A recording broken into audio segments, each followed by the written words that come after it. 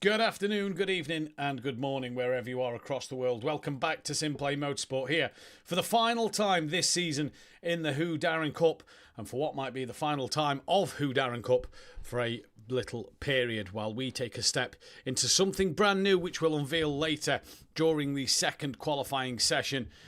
We head into our final days of the Whodarron Cup GT4 series this season. What has been a up and down season for many drivers. Lots of thrills, lots of spills, and plenty of action across the entirety of this 10 weeks. 12 weeks if you include the 2 weeks we had off due to electrical problems here at the home base, if you will. But we are at SimPlay Motorsport's home track. It is Donington Park. For those who was there for that of the British Touring Car Championship at the weekend, like myself and Mike Matthews and Stephen Millington was, you'll know that this track is going to provide some unbelievable action, especially across this GT4 field. I'm joined in the commentary box tonight by Stephen Gillies, once again, who joins us live. We are expecting Matt Wright to join us as well, so we'll keep our eyes on if Matt Wright joins us. But before we get to you, Stephen, I'm just going to quickly run through the championship standings as they are. You're looking at the man on screen at the moment, Maiga, your silver champion, confirmed with no tickets against him. So he is confirmed silver champion for season 10 of Whodarron Cup. We then have Vasic behind second place, Popovic is third, Gillies, yourself is in fourth place with Herendich, Marsden, Lee, Varg, Cummins, Gluhak, McMillan, Johnson, Ramsell, Betterson and Sturrock. And we will try and find the man who is currently, I think he's just come out on circuit, running all gold as well. We have allowed them to change their liveries for tonight, as it's Anderson, the champion of the bronze category, from Cherry Moor, Crupplejan, Broome, Stapley, Privet, Winspear, Crack, Dewson, Smith, Atherton and Tipping. But the fights we're interested in tonight, two cars fighting for that gold honours. And at the moment, there is a little bit separating them. One, because one driver hasn't set a lap time, and two, the other one, a little slower than Wilbrink at the moment. But it is Cairns and Post, the two drivers, who are fighting it out. 88 points separates them in this championship, with a good amount of points still up for grabs. 173 points, I believe it was, still up for grabs. 174 points, apologies, in this championship fight. So anything can happen tonight. We're expecting a fantastic race. Them two are the top two. Demonster is third from Wilbrink. Mackenzie, Pospisil, McGowan, Leach, and then Mesim. But Stephen, we'll welcome you in now. What a season it has been. Obviously, you commentated. Did you commentate last week? You did. You commentated last week with us. It's been you've been a driver in this series this season. What a championship to be a part of. What a season. These GT4 cars never seem to lack in action. And I think some of the circuits and some of the weather we've had this season has really brought out the best in these cars. Yeah, for sure. I love the GT4s, just the way that they are able to sort of follow and race, and each sort of car has its own characteristics, probably more so than what you see in the GT3.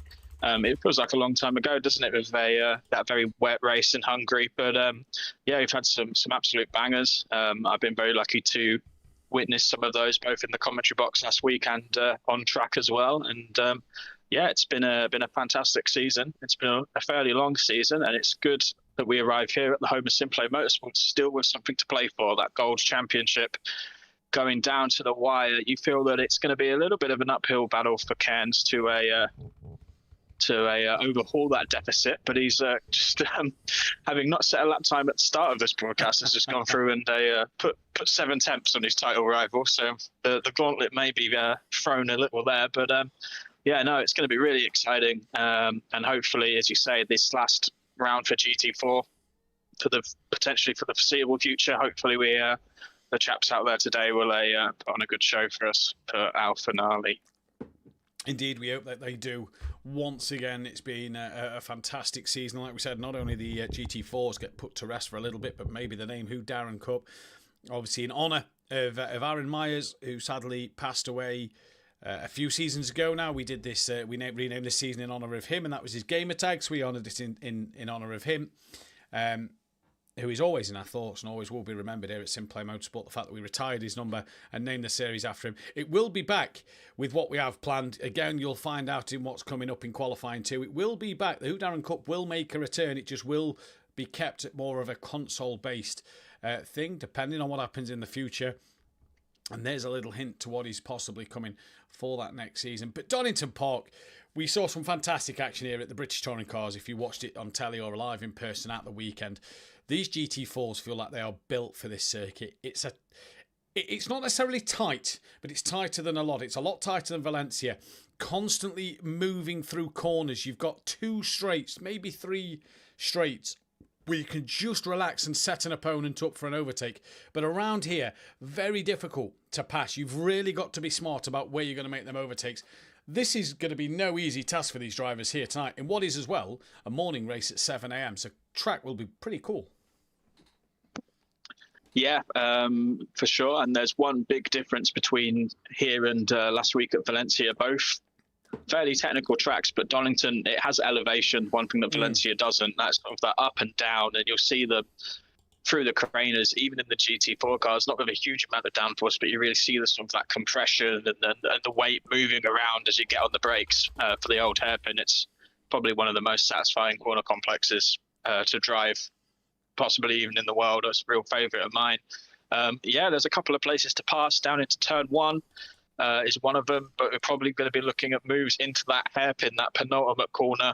There is that sort of chicane, which they have opened up, I think, certainly since they had the F1 race here back in the 90s. But it's still a bit of a flow interrupt for that chicane, but then hard on the brakes into the hairpin. If you can get a good run through that little flick, you can hopefully make a little dive into that penultimate corner. And I think that's probably where we're going to see the majority of the action today.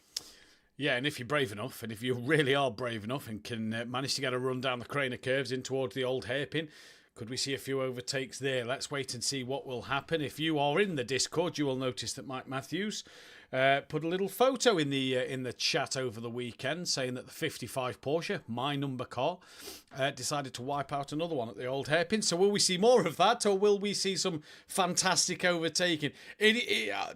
Look, Donington Park is a joint favourite track of mine, along with Interlagos.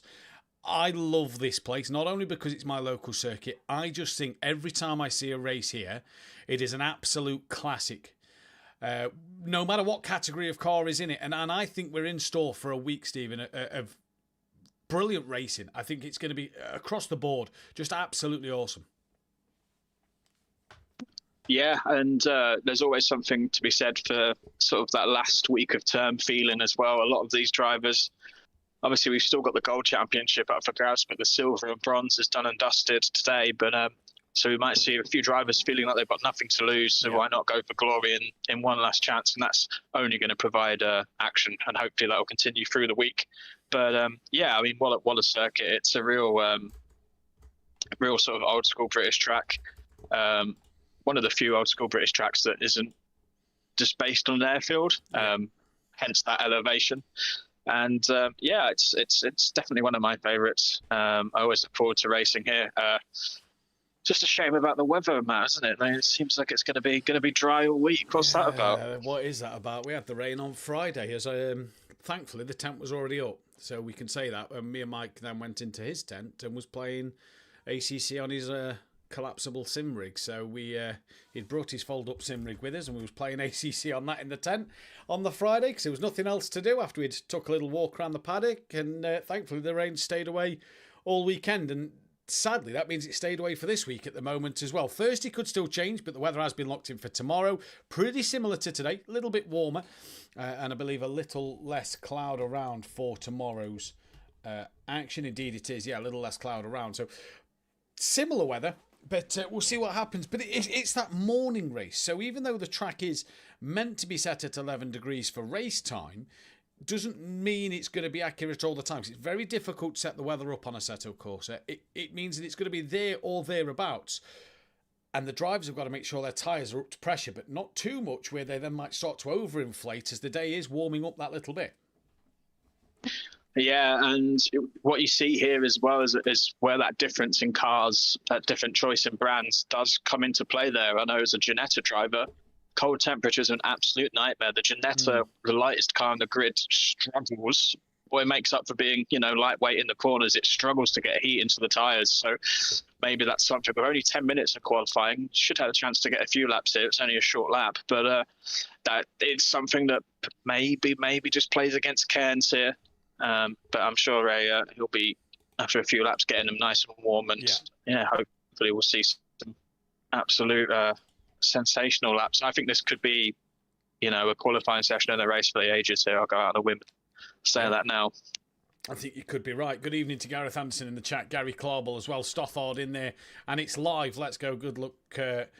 Cairns, I think, is who Swine is. And congrats to my boys, he's saying in the chat. Benedict Varga, good evening to you. Driving with an injury. Busted his knee 2 weeks ago. He's managing to drive at home. So he says that's good enough to race in the sim. He is taking it easy. So I'm sure Benny Varga will be extra cautious tonight with cars around him, and hopefully he's okay. Good evening to Mackenzie, Walkman Lizard in the chat, who's just put a picture in when I asked where everybody was, because everybody turned up late. His wheel is in pieces at the moment, so he's trying to rapidly get that one repaired, hopefully in time for the start of the race, but we'll see. Hopefully it's done for Thursday at least. Seems like my knee will only last one race, says Benedict Varga in the chat, so there you go, Benny. One race is better than none, but don't do yourself any mischief. If it's hurting, retire. That's absolutely fine. You will not get a qualifying ban. You are obviously walking wounded. And good evening to Tan and E-Bone as well, and saying, since we're talking about personal favourite tracks, Sebring is my favourite of all time. What a boring choice, seeing as they only go there once a year. That just feels a little boring for me. Post is on his first flying lap. I was going to talk you through a lap. We'll wait for his second one to come through before we talk through a lap of Post. But 10 minutes here. It's a short qualifying hour. Obviously, we don't run the GT3 method of the splits go out at one time. So it is everybody on track all at once. Track position here, though, Stephen, is a real must to get that right, to be in that clean air to set a good lap time. Yeah, quali here, more important than at some tracks for sure. We know it's going to be potentially a little bit tricky to pass. So it's getting a good lap in is vital, and it's very easy. Just watching Post go through that chicane, I think he might have been okay there, but it's very easy to trigger track limits at this track, especially through that chicane in the final sector. And suddenly, if you invalidate those first few attempts in a qualifying session, you're going to be running out of time, and that pressure, it can get to you. And hopefully that doesn't happen with these guys, and I'm sure they've done enough laps around here during practice to not have that issue. But if you struggle, first lap time on the board, Post 34.6, Wilbrink and McGowan both in 2 temps. So already we're starting to see as Cairns goes 5 temps up. So the gauntlet has been thrown down. Indeed, 6 minutes to go. We're on board with Rob Ramsell. We've dropped back a little bit as he comes into turn 1. Brakes just after the pit exit into Redgate corner. Long corner. Clip the apex of it just in the middle. Run out to that left-hand side. Keep it tight through Hollywood you go now as you drop down towards the crane of curves. Tight to the right. Flick it to the left. Just brush that curb into the middle of the road. Keep it left as you brake hard for that old hairpin. Down a couple of gears. As much curb as you can on the inside and outside. Now under Starkey's Bridge you go. Clipping that curb once again up towards the Schwantz curve. Through this left-hander, a little tricky because you then have to brake pretty much straight away for McLean's. Great opportunity for Matt Neal back in his touring car days to overtake up the inside there. Up the climb towards Coppice. Blind entry into this apex and a double right-hander which you just have to be patient on getting that throttle down to full acceleration as you exit onto the famous SimPlay Straight, seeing as it has no name anymore, and you approach the Fogarty S's, the left, then right of the Grand Prix layout here. Try not to be greedy on the track limits, because that's the point of the circuit, like Stephen's just said, that it can catch you out. You continue to drop downhill as you're braking into the Melbourne hairpin. The long hurry up and wait right-hand bend. Full throttle applied as you exit that corner and you climb back uphill once again towards Goddard's for the final corner of this lap.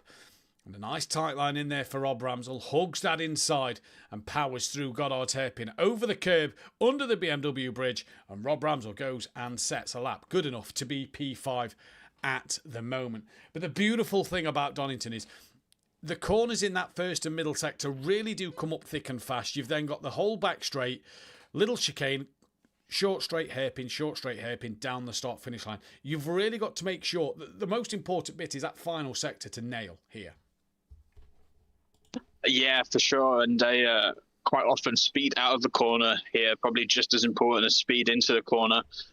Goddard's as well, in particular, is quite tricky. It's quite deceptive. I think it comes up a little bit quicker than you expect, and then when you get there, it's off camber as well. So it's so easy to get it deep through there and you into that runoff and into the weeds, and that not only will ruin the lap you're on, but obviously will ruin the next lap as well. So it's just deceptively tricky in a few places. I do wonder. There's not much about that proposed 2010 layout when they were planning to bring F1 back here that I did like, but I seem to think that layout did away with the Foggett ESs, and that it's going to be like a curved straight from Coppice down to the Melbourne hairpin. I do wonder what that would be like if we just had that. I know there's probably like a bunch of reasons why they haven't done that, safety and cost and all that sort of stuff, but I do wonder what it would be like if we had a good proper long straight here into that hairpin. That would be I think that'd be quite interesting, to be honest, because I do feel that chicane, it's the only corner really here that I feel that it just breaks that flow slightly. But it's allowed one bad corner. I'll let it off. Well, it's strange because the chicane I don't feel breaks the flow on the national layout, which is the chicane going the opposite direction straight onto the start-finish line. But you're right, I think the chicane in the two hairpins is possibly the sort of dullest part of this circuit when they run the Grand Prix layout. I tend to enjoy the national layout more than I do the Grand Prix layout, but that's just personal opinion. Others might enjoy that. But it would have been interesting to see the layout that they proposed to have when the Formula One was meant to come here. Obviously, before Donington Park run into a few issues with previous owners and things like that put to bed with that one, as we're seeing a few drivers now setting lap times and improving a little bit at the moment. If Jamie Lee and Marsden got a good lap time in here, we could be split by the entire category of gold, silver and then bronze. Well, here is Jamie Lee at the moment, about to finish yet another lap time in this session. Privet, currently your second place, man. Good job from Privet, as Jamie Lee does move up the order then into to be above the platinum, the bronze drivers. Here comes Privet. Can he take that provisional pole in bronze? Not yet, he can't. Where's his teammate Neil Broom? Not set a lap time thus far, and he now takes provisional pole. Post is in the background. I get the feeling tonight, Stephen, that Post is really going to struggle with this McLaren because the straights aren't really long enough for it to capitalise anywhere really around this circuit. They're good. The SimPlay straight's probably the longest one, but the McLaren can't utilise its outright pace there. Yeah, I mean, we say that. How many weeks have we said that this year, that the McLaren's going to struggle because of its it won't be able to stretch its legs, and then proves to be a nigh on impossible to pass in a straight line. But no, I think you're right. For what it's worth, I feel like particularly Cairns and the Ginetta, I feel like the Jetta is a strong car around here. Yeah. So Post might struggle, but also Post kind of only really needs to finish second, and that's the boring way of looking at it. But at the moment, he's kind of probably looking at that, going like, I'm actually doing exactly what I need to do here, and that is to no frills, bring it home behind Cairns and wrap up the title that way. Indeed, it could be boring racing for him, but if he gets the job done, that's the most important thing. A few drivers have gone into the pit lane. Rob Ramsell, who we've barely seen this season, currently running in P4. What a job from the man in silver. It's a shame we've not seen much of this season because me and him won the Constructors' Championship of Whodarron Cup 2 seasons ago at this very circuit. Went down to the wire against the Greasy Bandits team in what was a fantastic fight all season long. And Rob's a good driver around this circuit. It's a shame we've not seen him more, but he's currently showing us what he is capable of so far. And Anderson has gone provisional pole in that gold-liveried Mercedes-Benz. Now, every time I've seen somebody run a gold livery, it hasn't worked out for them too well. Is this about to change for Anderson? We're already seeing Maiger 3/10 slower than Rob Ramsell. We have got Mackenzie in, so the wheel must be fixed and must be working as Cairns doesn't improve. Wilbrink stays P5 for the moment. And the 45, who is that on the circuit? That is Stapley, will be next to the line. But interesting to see the drivers here choosing to bail with a lap that they could have got an extra lap in, and few of them chose to bail at the very end. So just not able to maybe carry enough fuel or didn't think about carrying enough fuel to get that extra lap in.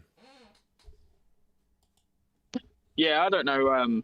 Maths isn't my strong point, so I'm not sure whether it's like marginal for setting another lap here. So I'm not sure in terms of fuel wise. Maybe it is kind of tight, and it's very easy to make that mistake. It's certainly something that I'm a bit of a nightmare for. I always jokingly refer to that I never get a final lap in. So I'm maybe not one to complain. As we start to see a few more lap times come in, Marsden coming in P11. 1.9 off the pace. Next car across the line is Privet as he goes down into Goddard's. Again, he gets up on that camber onto the grass, and that's going to be an invalidation for Privet. Who's that directly behind him? It's one of the Mercedes. Is that Basic or Popovic? It was Popovic. He goes P8, and that is it for qualifying then.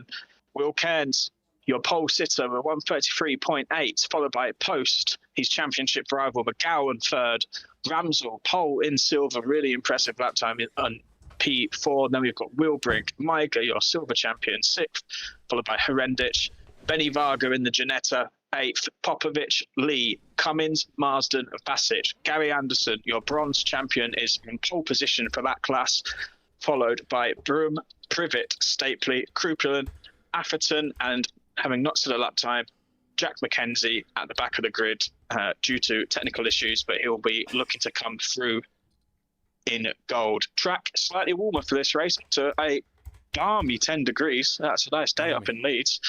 And what do you reckon, Matt? Who's your money on for this race one, Matt?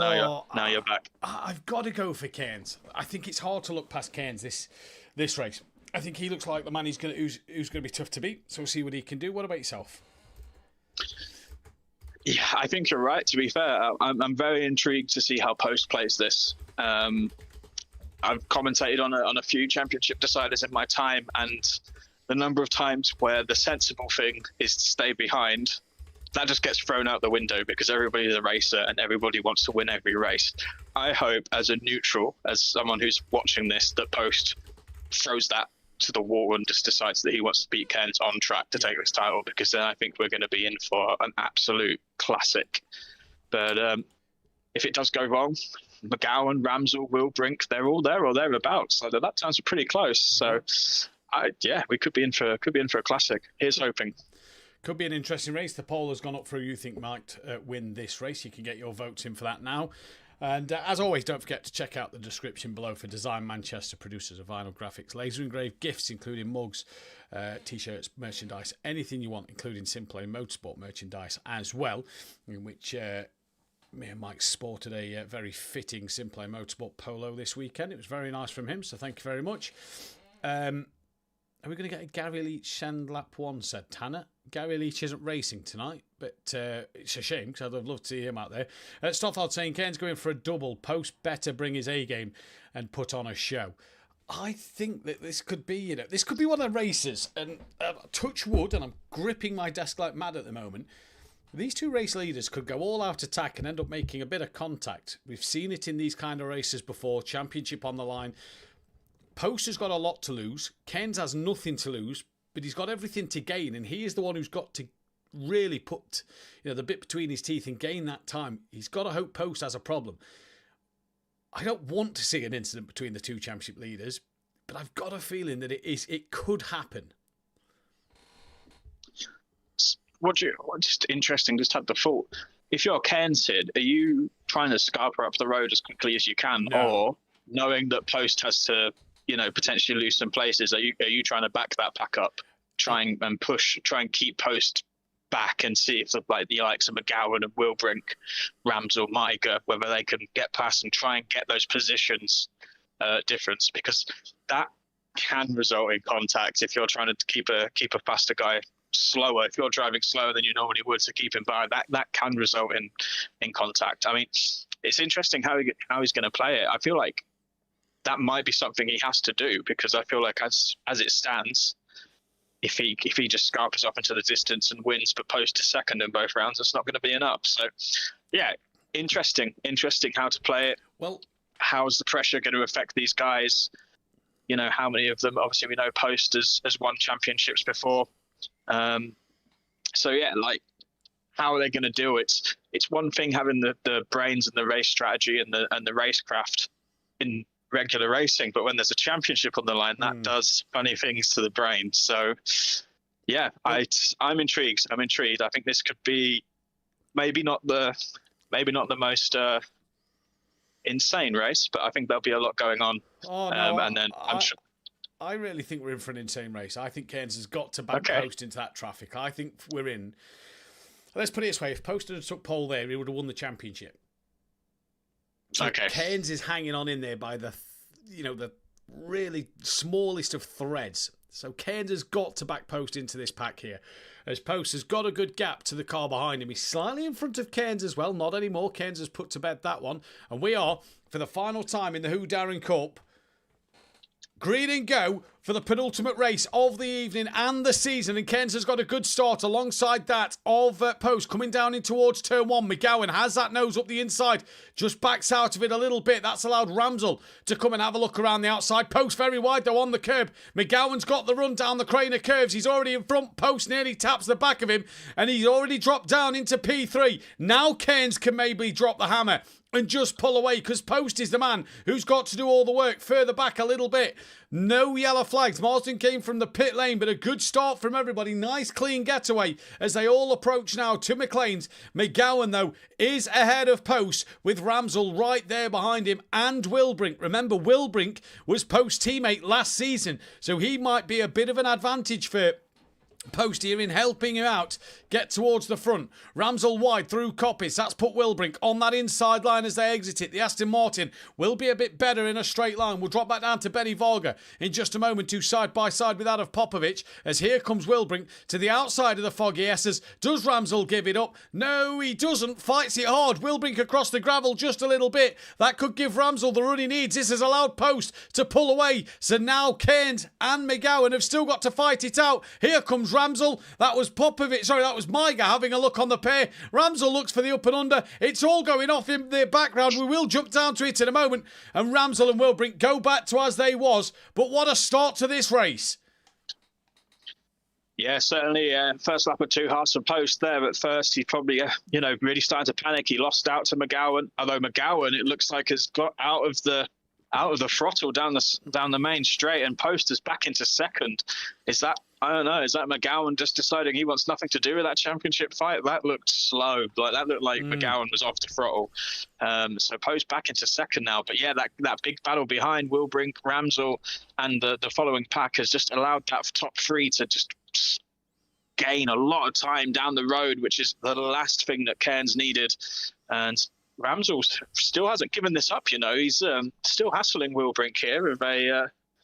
Miga is also involved in that scrap.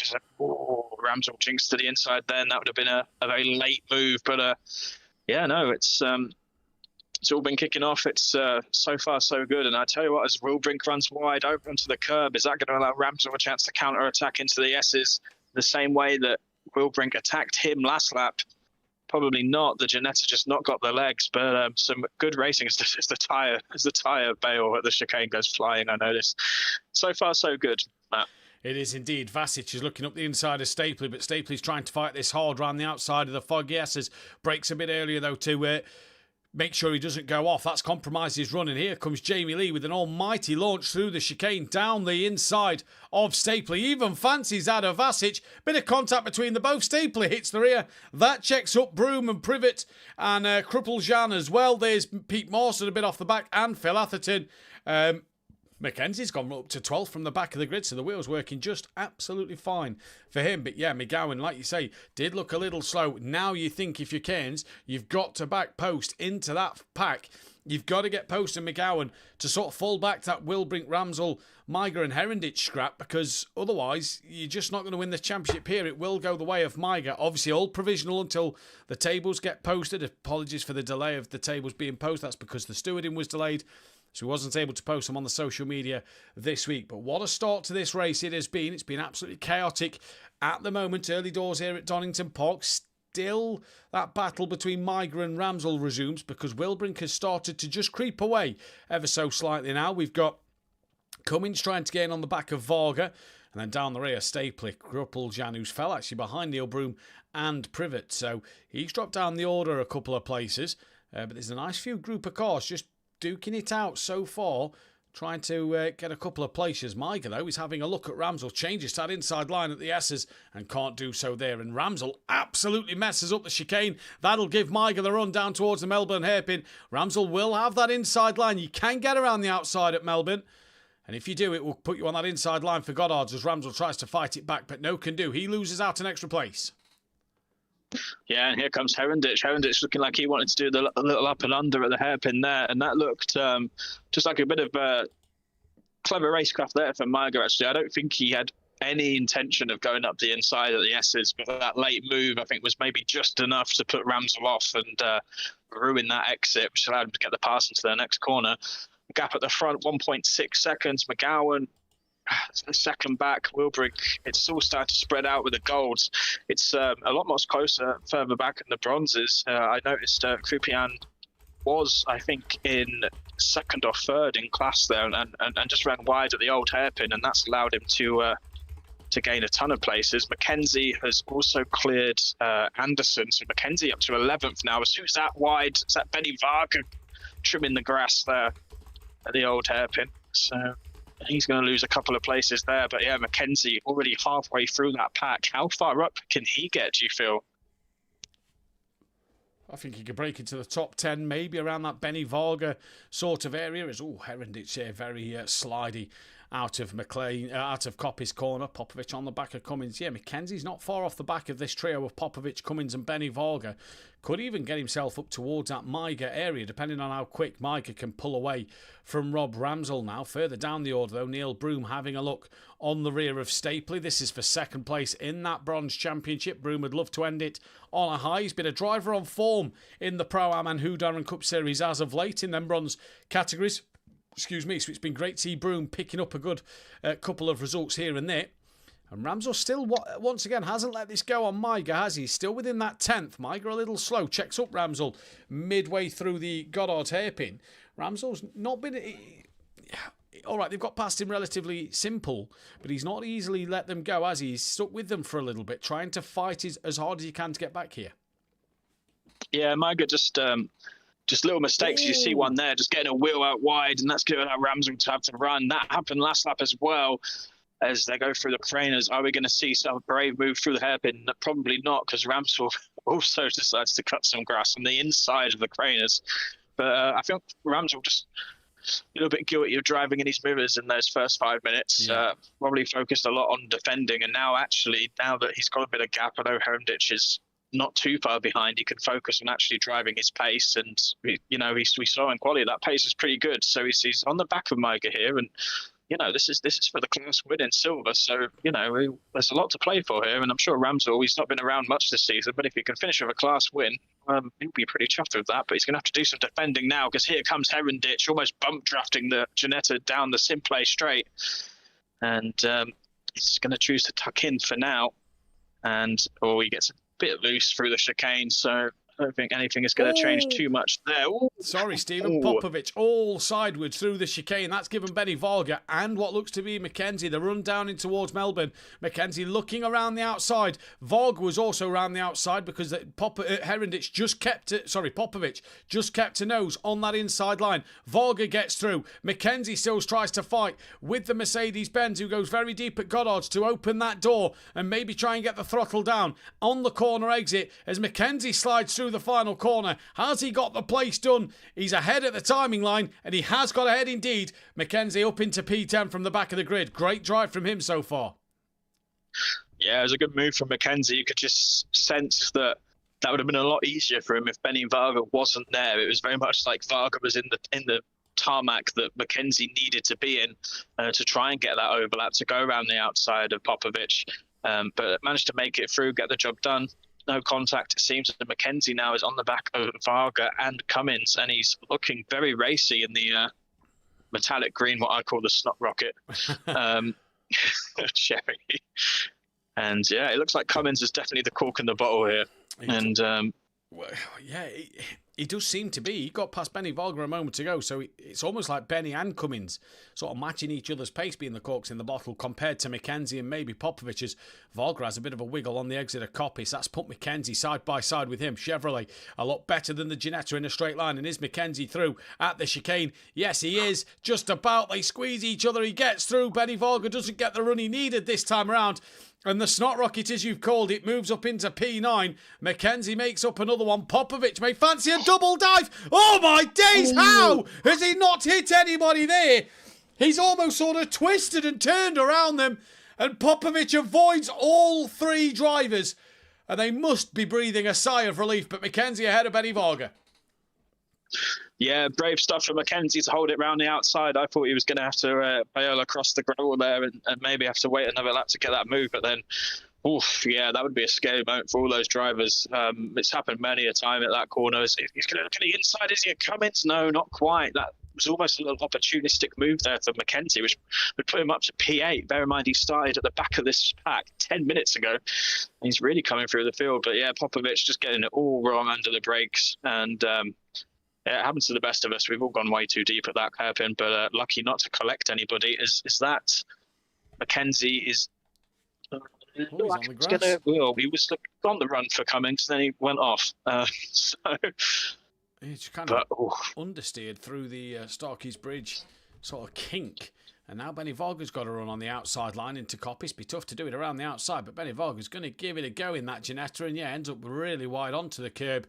And just has to slow it down that little bit more to power out the corner. Cummins can breathe a sigh of relief at the moment, and Cummins will be trying to gain as much as he can on Herenditch, Ramsell and Maiger, because they're the three that's on the podium in that silver class at the moment. Mackenzie looking for a potential top 5 position in this race. It looks like he's got the pace to do so. Down to Neil Broom, still within 8/10 of Stapley. Vasic still on the back of Popovich. Is Popovich actually looking to make a move around the outside of Anderson, looking for that up and under maybe, and powers out the corner nicely, but nearly finds the rear of Anderson's bright gold liveried Mercedes-Benz. As now Popovich looks to the inside line, really tight across the grass again. Popovich is all over the place here in his Mercedes-Benz GT4, and that gives Vasic yet another place, and Jamie Lee has come to play at the party now as well. So 4 Mercedes-Benz all duking it out for a position. Ramsell still on the back of Maiger. He is giving it great guns at the moment, and the snot rocket himself, Mackenzie, wheel just fixed from the back of the grid, is on the back of P8 right now.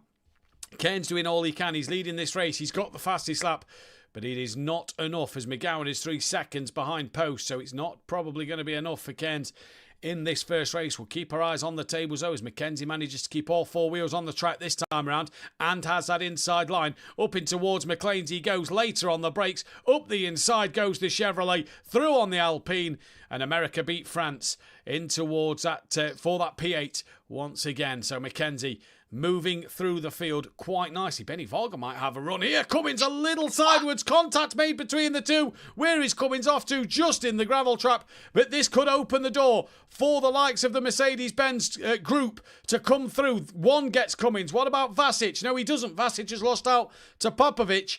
And he tucks behind that of the Alpine of Cummins, who now might be under pressure going into the hairpin, but we've seen Popovich at these hairpins a few times recently. If you're Gareth Anderson, you might want to keep your eyes on your mirror. Popovich gets it stopped in time. Vasic fancies tucking underneath as Cummins left the door open. Cummins is getting swamped here. Yeah, that's unfortunate for Cummins there. Just run a bit deep into Coppice. Varga went for the gap. It looked like mostly side-to-side contact, really, and then just, ACC physics sort of pinged him off into the grass. And then since then, he's just been falling backwards. It's a nice little move from Vasic there to follow Popovich through. I'm sure Cummings maybe had a little bit of deja vu with Popovich on the brakes into the Melbourne hairpin in previous laps. But just got to regroup now. He's clearly got the pace. He was running further at the field as McGowan has had an incident. He's dropped down as he had a bit of a minor excursion. He's down to 9th now. He's behind Varga and Mackenzie. So, and when it rains, it pours. If you're a big Billy Cairns with Post second and now effectively, whilst not officially his teammate in third, they're good mates, previous teammates. He's essentially got a rear gunner in Will Brink now, and that gap's 6.5 seconds. tell you what, Ramsell is not done for this for this silver win, is he? He's hounding Maiger, and that's no mean achievement. Maiger's one of the quickest guys on this grid, not just in silver, and Ramsell is giving him a bit of a hard time here, bringing sort of Herenditch along with them. Yeah, I think the only other driver I've seen in silver give Maiger a tough time has been yourself at times this season. So really hats off to what Rob Ramsell's doing at the moment, and looks to tuck underneath. Door closes from Maiger, but yeah, really good job. It's either the gold livery putting Maiger off, because every time I see a driver in a gold livery, they never do well. So it's either the gold livery or Rob Ramsell and Herenditch have got some pace here at Donington. Well, you said earlier on in quali that Ramsell likes it round here, and the Ginetta is a good package here, I find. Obviously, Cairns showing that, currently leading this race. But, yeah, Ramsell all over the back of him. Maiger so far has looked pretty composed. There's been the odd little tiny mistake with a wheel out wide, but nothing big enough that's given Ramsell the opportunity. Jamie Lee's just tapped the back of Cummins at at Redgate corner, turn 1. That's put him side by side with the Alpine down the Craner curves. Just on the grass a little bit there for Jamie Lee. They bump doors once again. Jamie Lee back on the grass. Gets it back on. Still up the inside line. They tap again and Cummins is off. Jamie Lee loses the rear just a little bit. Here comes Stapley. He gets ahead of Cummins, as does Neil Broom, who himself goes on the grass a little bit. And Jamie Lee looks like he hangs on in there for an extra play. So contact made between the two for a couple of corners there, but through goes Jamie Lee and Stapley and Broom on Cummins, who is now just starting to fall down this grid even further. And back to that Ramsell, Maiger and Herenditch fight. These just will not leave each other alone in this battle. Yeah, exciting stuff. Ramsell getting the up and under at the Melbourne hairpin, but obviously that then becomes the outside again for Goddard's, and I think he's just going to have to change his tactics a little bit. You can see he's going to try and open that up, get that exit, and try and get a move into 1. But Maiger just parking it on the apex so far, and doing enough. Ramsell got a little bit of a run. Is he going to see maybe have a look at a lunge here? He's definitely too far back, but doesn't necessarily mean he won't go. Maiger's a little bit wide though, but going to sweep back and keep it on the island for now. Yeah, poor Ali Cummins. Everybody wants a piece of that Alpine, it seems, don't they, today? I think there's not going to be a panel that's straight on it at the moment. No, I think you're right there. And it looked like Maiger showed Rob a little bit too much respect there. Rob's not really a dive bomb kind of person. And Maiger just left him the door open, so maybe Rob will be kicking himself for not sticking the nose up the inside. But we'll wait and see what Rob does in future corners. He's right there with Herenditch. The worrying thing for these two drivers is they know that one mistake between the two of them, and Herenditch could be in for a silver race win. So they've got to keep it as clean as a whistle at the moment. But it's Cairns who leads from post, with Wilbrink in 3rd. Maiger is 4th, and Ramsell 5th, Herenditch 6th. They're your front 3 in silver. Anderson leads in bronze from Stapley, from now Privet, who's actually got ahead of Broom. So Broom's made a mistake somewhere. Privet up onto the podium once again. Marsden's on the back of Kruppeljan. So he come from the pit lane, so he's looking to charge forward a little bit more. What's Ian McGowan doing? He's on the back of Benny Varga, who is trying to stick to the Snot Rocket himself. Vasic, I'm keeping that, by the way, if he runs that livery again. That name is staying.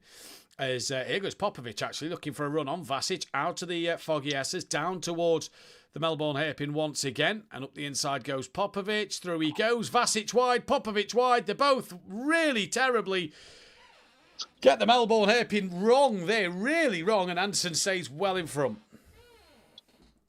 Yeah, I just for a minute thought that Anderson was going to be an innocent bystander there as two Mercedes came barreling towards the apex that he was currently on. But thankfully, no harm, no foul. But yeah, we've seen some very desperate lunges into that hairpin, and yeah, not often working as Herenditch gets it wrong on the exit of the old hairpin. And that will allow Ramsell and Maiger to gain a little bit of a gap, a little less pressure. Ramsell looks the quicker driver here at the moment. Like he is hassling Maiger, and Maiger is doing his best to position in the car and doing what he needs to do given the Mercedes qualities compared to the Ginetta. Although he might be in trouble here, he's gone very wide at Coppice, but it's just even with going wide at Coppice, the Ginetta just doesn't have the legs. Again a bit slidey through the chicane. It's going to require a big mistake or something creative from Ramsell, I think, to get this job done. at the moment, even though he looks to be the quicker guy. Drive track limits. Jack McKenzie, well, maybe there's a reason why he's gone from 20th to 7th across this race. It's because he's not been driving the track as marked out. He's picked up 4 track limits warnings and will have to take a little naughty trip through the pit lane. He'll be fuming, I'm sure. But don't worry, Jack. If you've gone through the field once, I'm sure you can do it again. And it's only a short pit lane, so it's not a long one here, so you'll have time to get that done. But yeah, Jack McKenzie then, he was trying to hunt down these 3 as Miger just runs a little bit wide. As Tanner Kneebone in the chat saying that was the most NASCAR pass I've seen all season. And then he says Popovich is scaring me for tomorrow. He says might be a different story with them GT3s. Better brakes than a GT4. As Miger a little wide, Rob Ramsell flicks the car out as he got the momentum to go around the outside of the Swans curve in towards McLean. Not quite there is Rob Ramsell, but sends one later on the brakes than Miger. You said a moment ago that he seems the quickest guy out of these 3. Well, he's now ahead of the Mercedes-Benz. He's got to stay ahead here at Coppice. Miger comes back at him. They lean on each other just a little bit. Miger, does he lift slightly there to allow Ramsell to have the place back? But Herendich is now there. He might fancy making this 3 wide. Down the SimPlay straight. Ginetta and 2 Mercedes-Benz going at it. Herendich side by side with Miger. Into the chicane they go. They touch a bit more. Miger into the gravel slightly. And Herendich is through. He loses 2 places in 3 corners. And Ramsell leads in silver with 10 minutes to go. So who's the newly crowned silver champ? Exactly. I've not heard of him. Has to be that gold livery. It was good driving. Miger made the mistake. Ramsell positioned the car, got the block pass in. Miger did the sensible thing. He knew he had to counter-attack right away, and then there was a little bit of door banging, a little bit of side-to-side. All's fair in love and racing.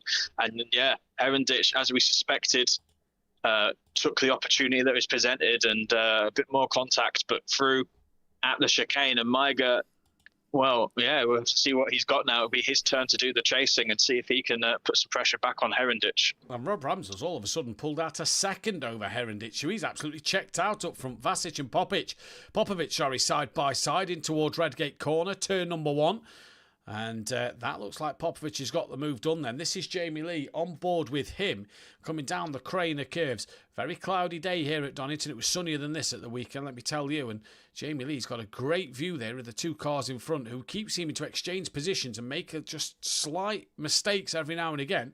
So can Jamie Lee capitalise and get through? Cummins is on the back of Stapley. Where is Ian McGowan? He has got ahead of Benny Varga and he will get past that snot rocket when he comes in. What's happened?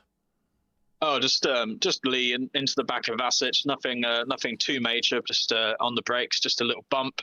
If anything, it probably cost Lee more than it did cost Vasic. But Popovich and Vasic seem to have got the magnets in the cars. They can't seem to get away from each other, which is giving us plenty to talk about. And again, quietly, and obviously we know what a good job he's done because he's wrapped up the title. Anderson, P10 in bronze. P10 overall, but obviously first in bronze. Just quietly going about his business here, sort of midway through the silver guys. And impressive as always from Anderson so far.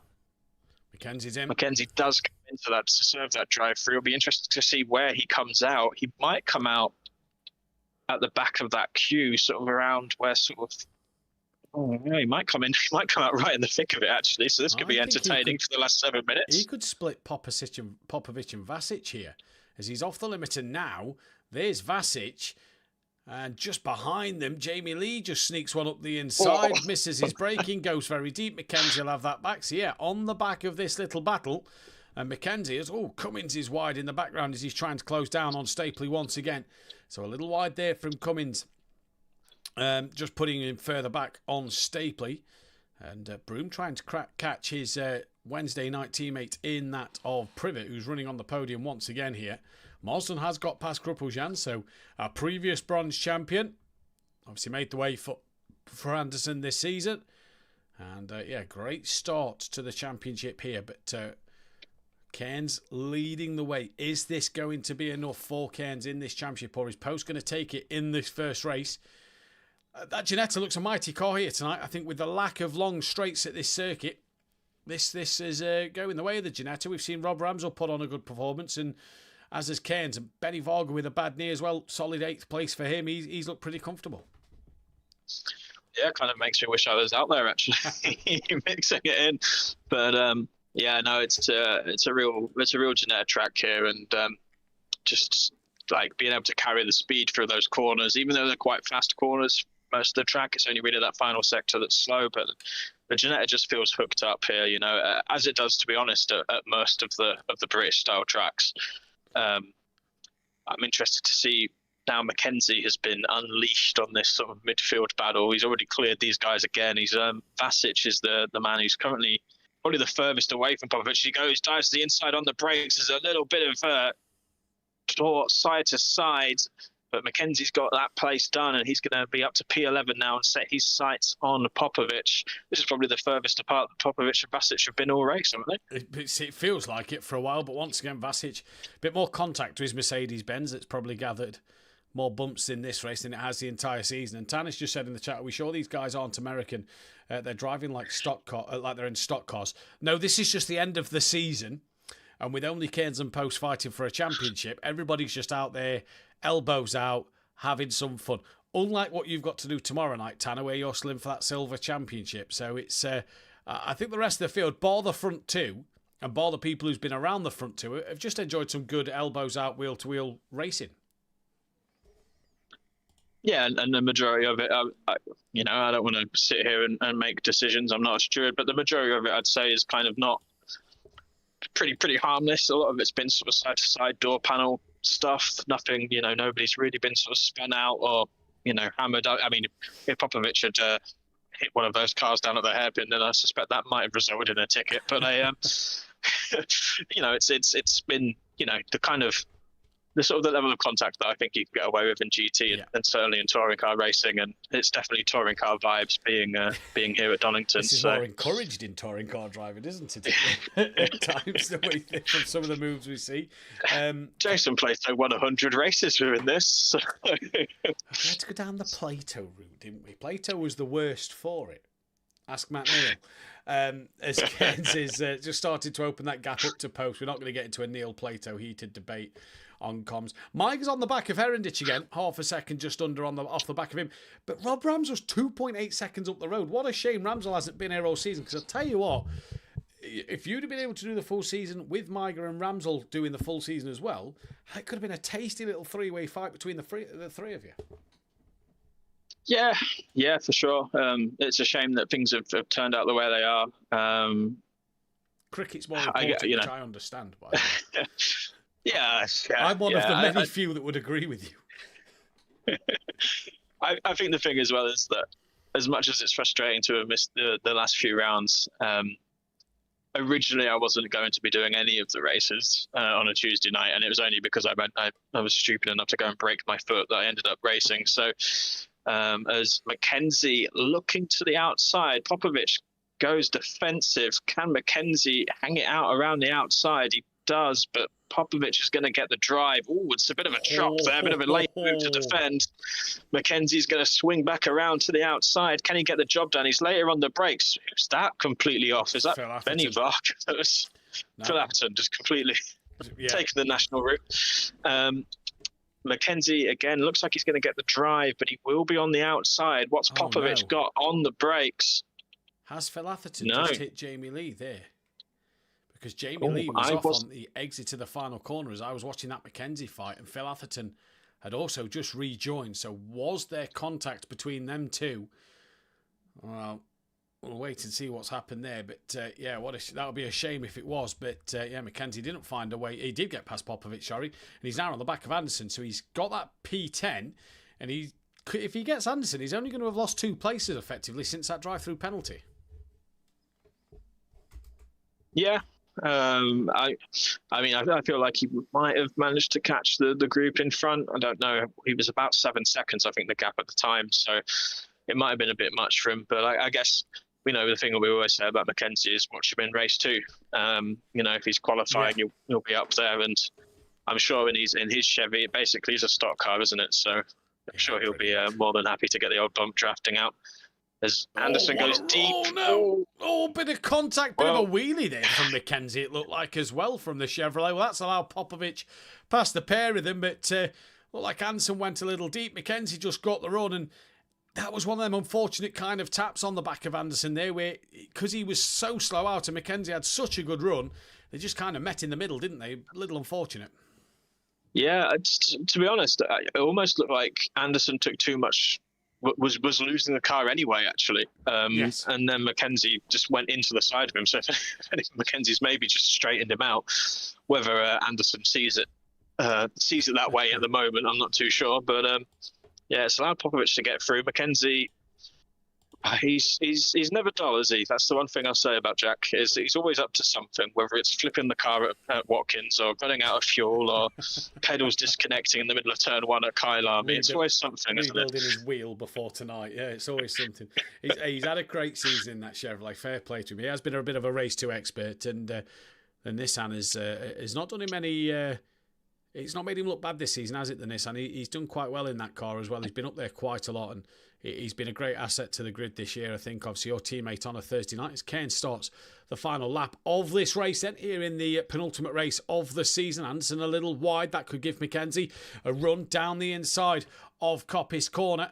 And I think he might just be ahead now of Anderson. Not quite. Anderson can't tuck fully in behind Mackenzie there. He can now. Under braking, and Mackenzie back up into P number 10. Has he got enough, though, to gain on Popovic? That's going to be the biggest question. Further down, Neil Broom is catching on Stapley. So Broom's back on the podium here. Jamie Lee has dropped down behind Pete Marsden. So Marsden's gained 3 places in this race from starting from the pits. Not too bad, and he's only 1.7 off the rear of Privet as Broom looks up the inside. A Stapley job done at the Melbourne hairpin. Neil Broom into second place in bronze. Ian McGowan is in the pit lane. Is that him running out of fuel here? Ian McGowan on the final lap of the race could be out of fuel. Vargas through, so is Popovic and Mackenzie and Anderson. And Ian McGowan comes out right behind your bronze champion. What a shame for Ian McGowan, who was third earlier in this race. Yeah, well, he was running in second for a brief period. Yes, so McGowan's definitely got the pace. He'll be happy that there's a second chance to hopefully make amends. But yeah, it's frustrating to be that marginal of fuel one more lap, and he would have made it home. So yeah, super frustrating. Well, Mackenzie. Keynes is coming around the final corner. Keynes has just finished this race. Keynes is your race winner with the fastest lap. Post will be second place. It isn't enough for Post to take the championship yet, so it will go down to that final race of the season. Will Brink will come across the line for P3. Great drive from him. Rob Ramsell will be your race 1 winner in silver after taking pole position. So Rob Ramsell wins in bronze. Herendich is going to come home to take second place here, 5th place overall, ahead then of your champion Maiger in 6th. Benny Varga, 4th place on the road in silver, 7th place on the road for him. What a drive from Benny Varga. And see how his knee feels for the next race, I suppose. But here comes Mackenzie trying to look underneath that of Popovic. Can't do so. Popovic will be P8 with Mackenzie 9th. Anderson wins in bronze, P10. Vasic 11th from Cummins in 12th. Yeah, it looks like McGowan has got a problem. He went slowly and he sort of pulled off to one side again. So maybe it wasn't fuel. Maybe it's some sort of technical issue with the wheel or the rig or something. Because he actually jumped to the pit lane and didn't finish that race. So not an ideal end to this race for him. I'll be hoping it's something that's at least quickly fixable and be out there again for race 2. Yeah, we hope so as we get the results inputted. Now, Neil Broom was second in bronze. Privet got on the podium in bronze as well. So, good result for Privet. That Stapley was down in 15th. Privet up in 14th place. So, not a bad result for him. And then it's just, I think, Mackenzie and McGowan to put the points in for. So, Mackenzie was 9th. McGowan will be classified as 18th place points. And we are going to take a very quick back.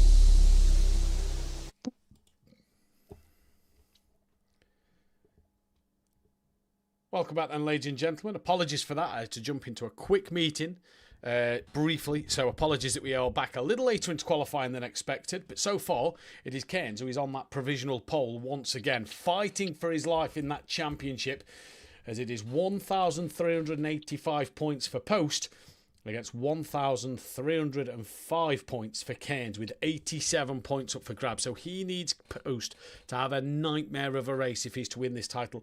We said it was a long shot, but it is still doable for Cairns. De Munster still hangs on to third, Wilbrink's fourth, Mackenzie fifth from Pospisil, McGowan, Leach and Mezim. In silver, as we know, Miger's champion.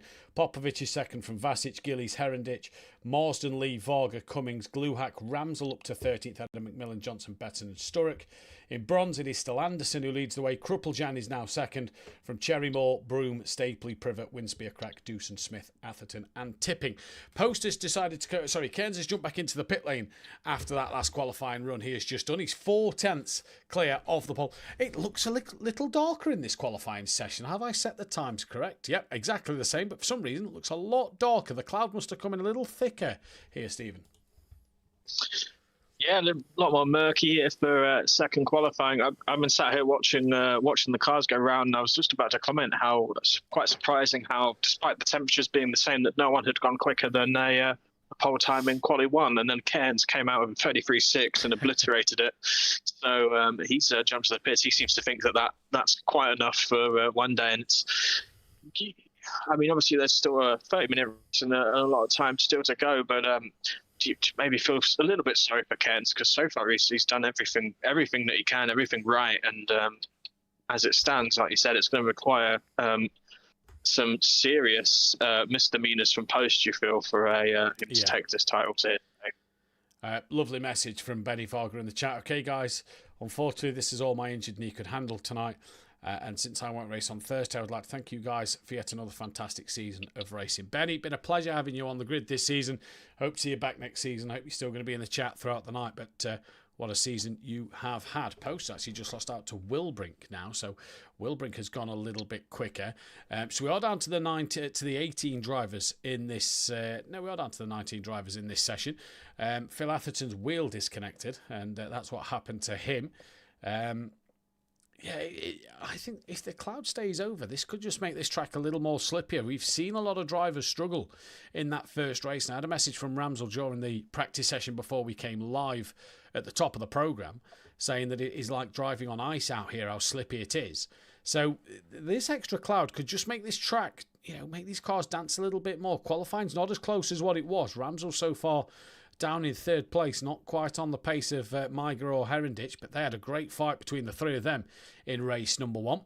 And still Popovic and Mackenzie, and Phil Atherton hasn't gone out there for qualifying, so still them to set a lap time. We know what Mackenzie's like. He's normally the race 2 expert of being up there at least anyway, so we'll see what he can do. Marsden moves up into 12th. Here comes McGowan. What can he do? Stays P8 for the time being. Interesting qualifying session though at the moment. Yeah, it's been very interesting. There's been a few drivers who have spent sort of more time in the pits than you'd expect. I guess there's maybe a few people last race of the season, not much to play for, doing the full 10 minutes of quali, maybe not against it. So yeah, it's been a little bit interesting. Anderson's got it back now, the provisional bronze pole, but for quite a long time, Stapley was the quickest bronze driver out on the grid and was up there as well with a lot of the silvers. So clearly, as the track is starting to rubber in, and dare I say, maybe it's getting just a little bit lighter, the track's starting to speed up. But no, I'm intrigued to see how we go for race 2, because the handbags are out in race 1, and normally it's race 1's the quiet race, and race 2's when everybody goes crazy. So it'd be interesting to see what happens there. Also interesting is Popovic sets a lap time only good enough for 15th for Popovic, so he might be one to watch coming through for race 2. There's only one car looks like left out there. It's Wilbrink. The 78 is the only car that's left on a lap, because the 26 of Mackenzie is invalid. He's doing a last to first challenge, it would appear, in this one, unless he's not invalid. Actually, let's go on board him. He hasn't set a actual lap time, so it sometimes keeps his little dot light blue. Well, Wilbrink's just invalidated and pulls to the side of the road. He's going to return to the pits. The session hasn't ended, so that would suggest to me that Mackenzie is still on a lap. It's a lot darker in this qualifying session than it was the other, and Mackenzie does set a lap time good enough for 7th place. So Keynes is doing everything he can to stay in this championship. That is another pole position for him. Maiger takes pole as well as does Anderson. And yeah, you have to say, Keynes is trying every way he can to stay in this title fight. Yeah, and that's, I guess that's why you bank those points early, isn't it? That post has been there week in, week out, getting the results in, and it means that when we come to this final round, yeah, it's a decider, but the cards are very much stacked against Cairns in this one. But interesting to see how Post goes from the second row of the grid. He has got the inside. Is Will Brink gonna, maybe roll out the red carpet? I don't know. They're good friends, those two. So interesting to see a little bit further back. And are we going to see sort of the likes of Maiger, Herendich and Ramsell? They had a great scrap in race one. It'd be really good if we could see them maybe push on and maybe challenge those front three. It's a big ask given the pace differential, but it would be good to see a lot more cars fighting for the win overall. And I'm sure Cairns will be wanting that, at least to be fighting over second, with him scampering up down the road for first. But it's going to be exciting. It really is. Indeed it is. Let's see what's going to happen in this one then. For the final time in the Whodarron Cup, it is Cairns on pole from Wilbrink, Post from Maiger, Herendich alongside Ramsell. What a fight they had in race one. Mackenzie with Vasic. They battled for a little bit in race one as well. McGowan with Cummins. Anderson leads in bronze from Jamie Lee with Stapley, Marston. Broom, Popovic. Not a good qualifying for him. Kruppeljan from Privet and Phil Atherton at the back. I will pick your brains partway through this, or even at the end of this one, for your drivers of the season from each category. You and the bonus is, when I normally get a special guest commentator in the commentary box for me to chip in with a few races here or there, they haven't seen a lot of the series if they've not watched it to know who's done what. Because you've driven in this, you kind of have that understanding of who has done what throughout this series. So I feel like it's going to give you an upper hand in terms of who to pick for that driver of the season come the end of this night. Yeah, I thought the guy in the number 48, Janetta, did quite well early doors. It's been useless. I thought. All right on a Thursday. Drives a Honda, so he's all right on a Thursday. Yeah, it's been really exciting. It's been really quite a lot of fun driving the Tuesday, the Whodarron series, both this season in the GT4s and previously in the touring cars as well. So I often find these races probably sometimes even more fun than the Thursday nights. So yeah, it's been amazing racing, and there's been a lot of drivers this season who have stepped up massively from last season. So yeah, the standard has been really good. The grids maybe not as big as we would have hoped towards the end. They've sort of tapered up a little bit, as I guess happens in a 10-week season. But the standard of racing has been really strong, and I think everybody that's taken part has put on a great show. So they should all be proud of themselves, I think. But I'll have a think as to who my drivers of the season might be. It wasn't one that I was thinking of early until you dropped it now. So while you have a think of that, cobble something up. While you have a think of that, let's show us what's in store for next season as the calendar loads up on your screen. Now, you will see that we are heading to Le Mans Ultimate, probably the most worst kept secret of all time if you're in our Discord. But the calendar has been made, the Wheel of the Names has spoken, and we are going to the Circuit de la Sarthe, which is Le Mans, in season 1 of Le Mans Ultimate on the Tuesday night. It will not be named the Whodarron Cup for a little bit. It will just be the Le Mans Ultimate Season 1 Championship. We head to Bahrain, the endurance track, for round 2. Monza for round 3 before heading to Belgium for Spa. Sebring will be round 5 before heading back to Fuji, and then Portimao of Algarve that we have not been to since the Project Cars 2 days. The brand new tracks here will be Sebring. We have never done it. Bahrain we've done on Formula 1. We've done Fuji and Portimao on Project Cars 2. We have never been to Sebring, so Sebring will be a brand new track for us to visit for the Le Mans Ultimate Championship next season on a Tuesday night, replacing the Whodarron Cup here at Assetto Corsa Competizione. It is going to be Le Mans Ultimate for Tuesday night. ACC will stick around though for Pro and Pro-Am as we go green here for Donington Park for the final time of the Whodarron Cup. DJ Phil gets a drive-through penalty, and here comes that of Cairns up the inside into turn one. Post tries to squeeze a nose past Wilbrink. That could put him under pressure from Miga as they exit Redgate corner in towards Hollywood. The Snot Rocket powers past Rob Ramsell's Pink Panther machine then as they come down through the Craner curves. Rob Ramsell was actually on the grass a little bit there. Hopefully no contact. Indeed there wasn't, as there's a little bit there from Mackenzie on Heronditch further back as Phil Atherton is coming to do his drive-through now. I don't think that's going to clear. Either way, Ramsell coming under immense pressure from that of Vasic and from McGowan behind as they both make contact. Vasic is off. Can he get it stopped? Is he going to make contact? Well avoided, Gareth Anderson there as Vasic manages to keep it out the side of someone else. Now Jamie Lee's having a look on the two of them. Pete Marston's got around the outside of Jamie Lee. Is he going to hold on to that? No, he's not. This could allow Popovic through as DJ Phil does get his drive-through cleared. It's a smart strategy for Philip there. But what a start to this last race of the season. Yeah, I thought that was all going to end in tears for a moment there with Vasic sideways across the grass. I thought that was going to be a huge collection. But Anderson did incredibly well to avoid that. He was on his toes, knew the car was coming back onto the circuit and managed to take a wide line. Yeah, no, I thought Mackenzie into the back of Heronditch as well, into the old hairpin. That could have also have ended up in tears, but as it stands, everybody seems to have got round, with the exception of Atherton, Pete Marsden's just been spun around. Sorry, Stephen. Pete Marsden's just been spun around. Jamie Lee and Popovic come together, and Popovic clipped the rear of Marsden, spinning him around at the Melbourne and the exit of the Melbourne hairpin. So around he's gone, and now Kruppeljan's looking to attack that of Popovic, but what a dramatic lap one that has been, and Cairns hasn't got away as quick as he'd have liked from Wilbrink Post, and Miga sticking with the front four a little more now, as here comes that Snot Rocket himself. Mackenzie flies past Heronditch as Heronditch looks to come back at him at the old hairpin. Rob Ramsell still on the back of these two, and all three of them run a little bit wide there at the exit. It's rally racing. It is. That's not where the track goes, guys. Come on. You've done one race already. Should all know better.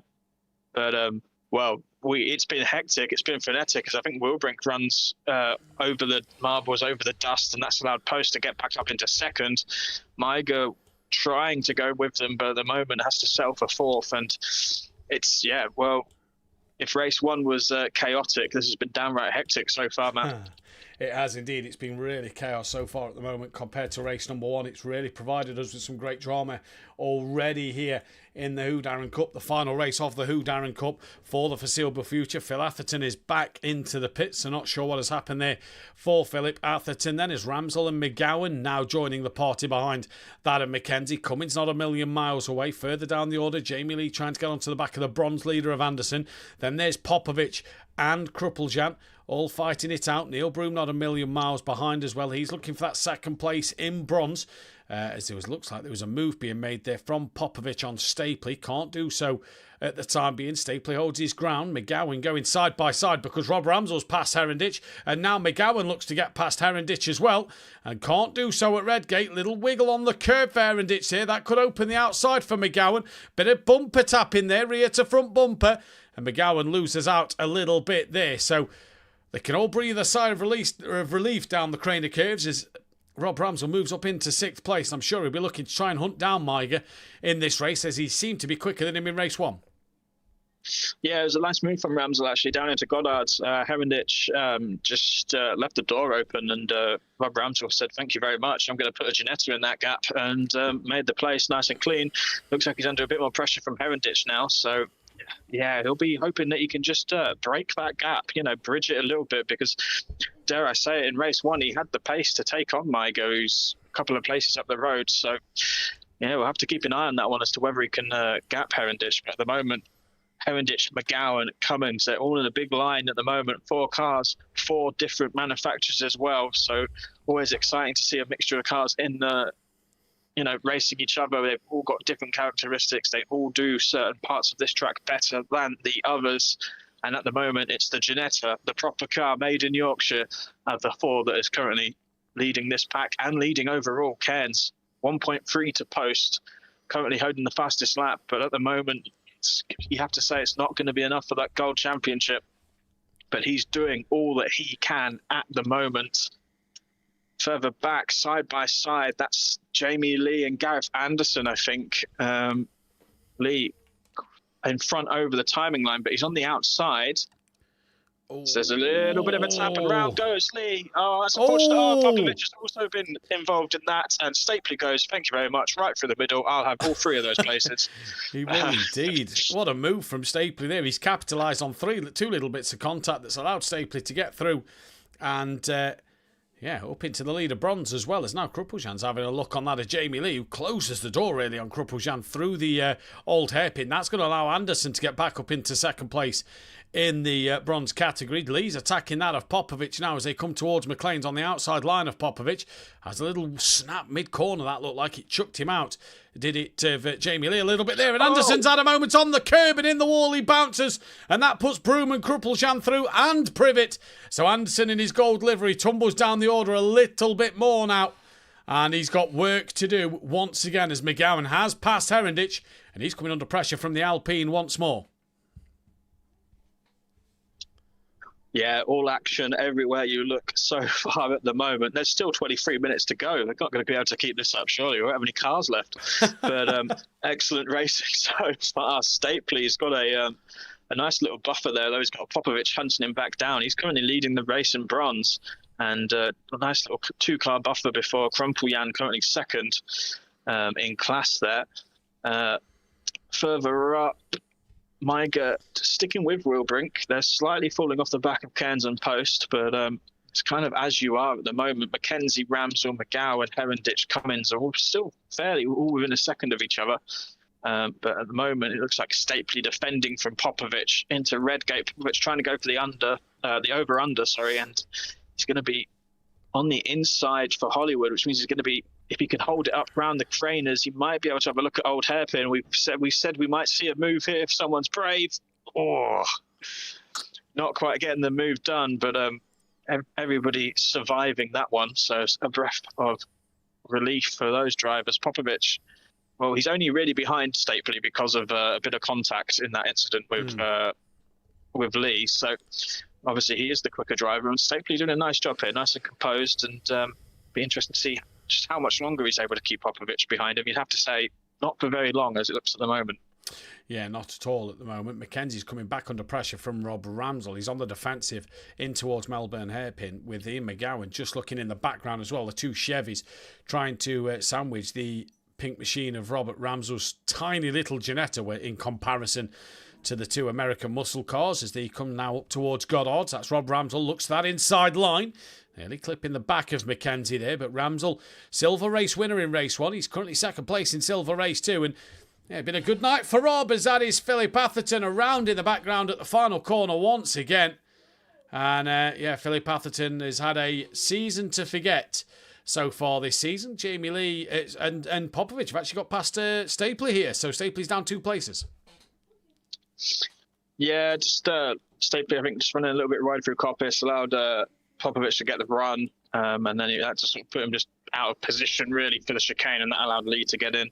Stapley didn't fight too hard. I think he knows that's not his race. His race is now the big blue, green and black Chevrolet of Krumpeljaan behind him. That's for the lead in bronze. So picking his battles a little bit there, Stapley, I think, and this one is the one that he needs to fight. But the Chevys with Ramsell at the moment, it's pretty nice, brightly coloured cars. You can definitely tell who's who. Mackenzie can way out wide, kicking up the dust, but you just sense that the Ginetta's not going to be taking any time out of the Chevrolet on the straights.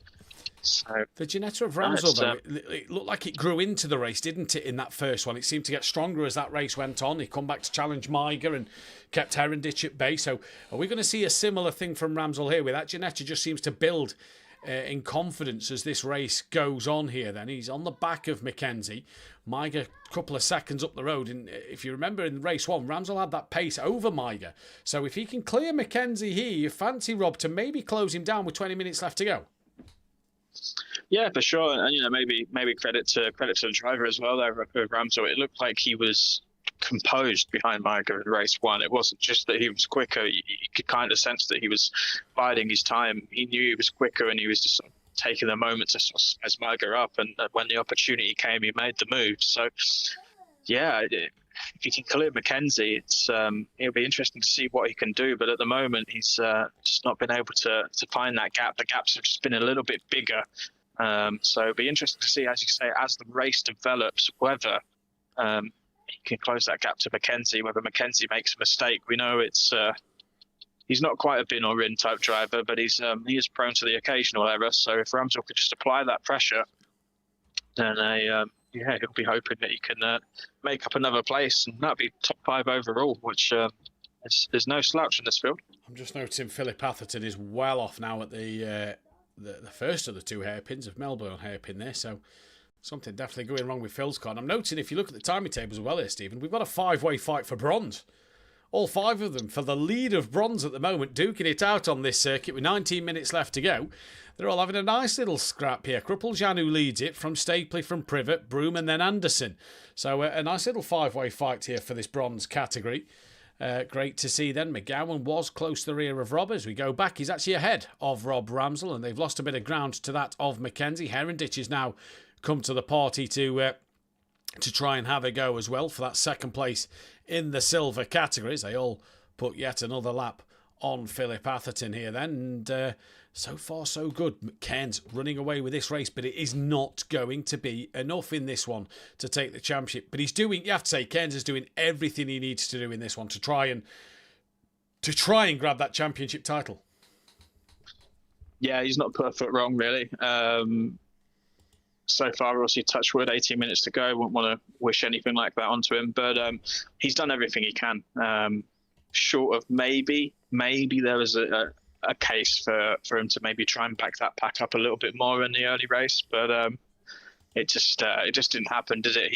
That top 3 got away at the start, and then everybody was battling behind, and that just allowed the gaps to sort of materialize, and kind of that was that done, really. So he's had the pace over post, which not many people can say this season, but unfortunately, in the grand scheme of things, it's probably not just going to be enough today. Indeed, it is. And if you are new to this channel, please hit that subscribe button. We are 1 away from 1.2 thousand subscribers. So if you are new and haven't subscribed already, please do so, because we're back live tomorrow night at 8 p.m.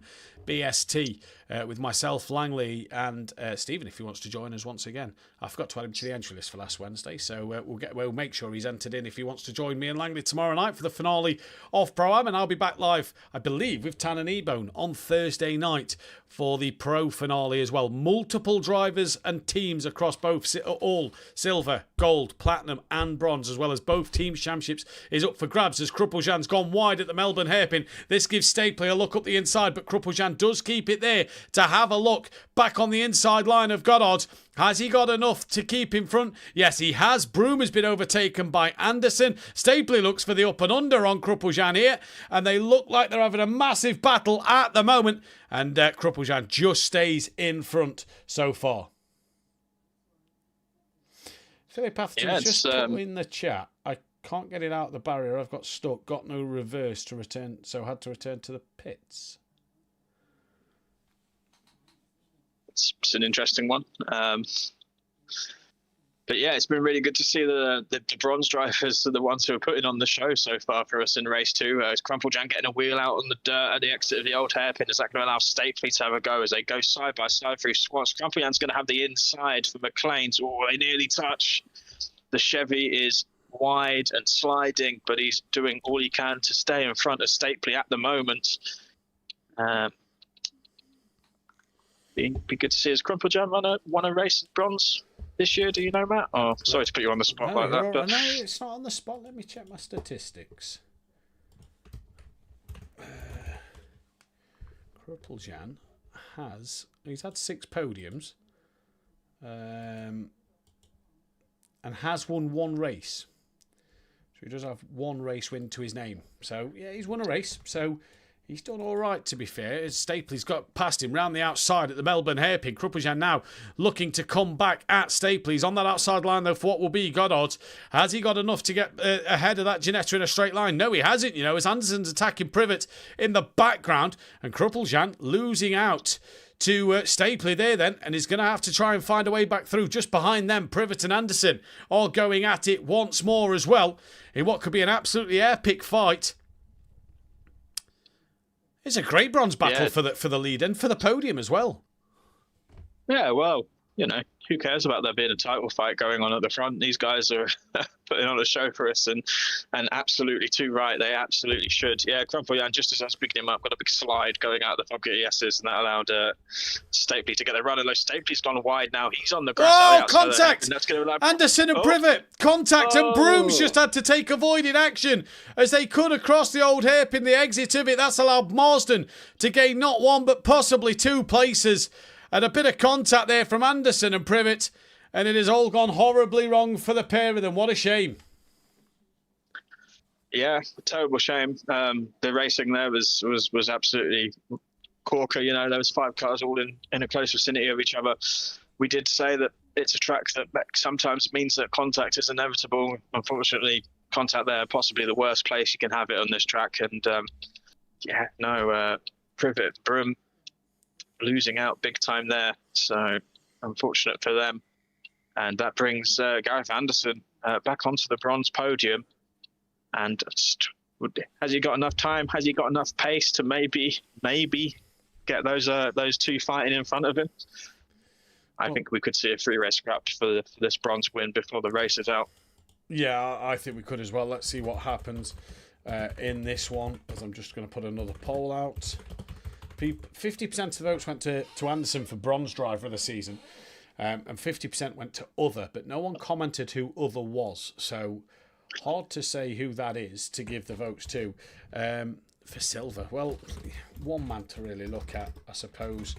But yeah, we have kind of been robbed of that fight. We've got Lee still within that second of Popovic. Vasic has kind of still been sat behind Cummins without threatening him too much.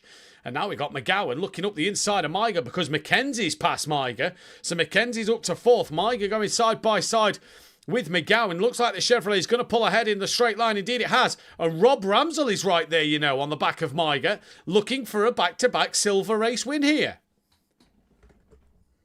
Yeah, I think you'd have got good odds on that before the start of this evening. So kudos to Ramsell. Didn't see what happened to Maiger.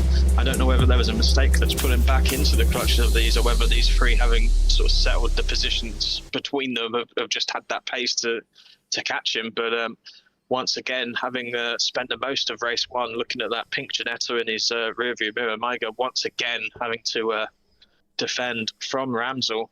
And yeah, it's just developing quite nicely here. There's potentially, what's this? This is 4 cars in a row. Heronditch is also not a million miles away, so plenty of action here in the mid-pack. I am just going to have to stop you there a second, Stephen, because my stream from the PlayStation has stopped. So it was showing somebody else's stream at the end there. So we are on the break screen, so we are still being able to be heard, so we can report in what is happening. But I am trying to get you the pictures back as soon as we possibly can here. Apologies for what has happened. I'm not sure exactly what has gone on, but something has happened there in the stream. The stream to SimPlay is still going, just my personal stream to get the ACC footage has stopped. I think we've got it back now that we can show you. So, yes, we are back. So here we go. That should now be there live to show you. So hopefully it doesn't go off again. Not sure what happened there, so apologies for that. But we have got it back now. Do we know how long we were out for? There's been not the whole a lot, race. not a lot, no. Okay, that's good. Yes, I've just got the silver poll up. So there we go. We've got the silver poll. It literally just come up saying broadcast stopped in my top corner. So it was only for a couple of seconds that the screen showed somebody else's broadcast. So there you go. A bit of free publicity for whoever that was. It is tight in this battle for P4 at the moment. Mackenzie, McGowan, Maiger, Ramsell. Oh, Anderson. Anderson and Marsden on the gravel at the chicane, side by side still. Marsden's just got a nose in front. Broom's waiting in the wings just behind. And Anderson's battered Mercedes as Marsden's gone deep. Anderson should get the place back. Broom might be in contention here also to get onto the back of him. Anderson may not get on these front 2. Sorry, Steve, what were you saying about the front 4? No, absolutely fine. Nothing new too much, just padding for time. They're all nose to tail still. it does look like Mackenzie and McGowan have just gapped Miga and Ramsell just slightly. That gap now up to about a second between the two pairs of cars. Yeah, I'm hoping with 10 minutes to go, we're going to see plenty more action so far. And yeah, I mean, apologies, I don't think we've spoken much at all about the top three in this race because they're just driving off on their own, really. Yeah, they have been driving off on their own. For some reason now it won't let me change cameras. So yeah, it's all going really well tonight, it seems. So we'll try and get that sorted so that we can change the camera views for you. But it's the correct cameras for now. It just won't let me change off of them. I wanted to go on board with one of the cars, but it doesn't seem to be working at the moment. But either way, we've got McGowan on the back of Mackenzie. Miga still under pressure from Ramsell. Within a second of these two Chevrolets, Jamie Lee's on the back of Popovich. And then you've still got Marsden, who is trying to attack the back of Anderson, but he's got Neil Broom with him. Stapley as well is still with Kruppeljan. So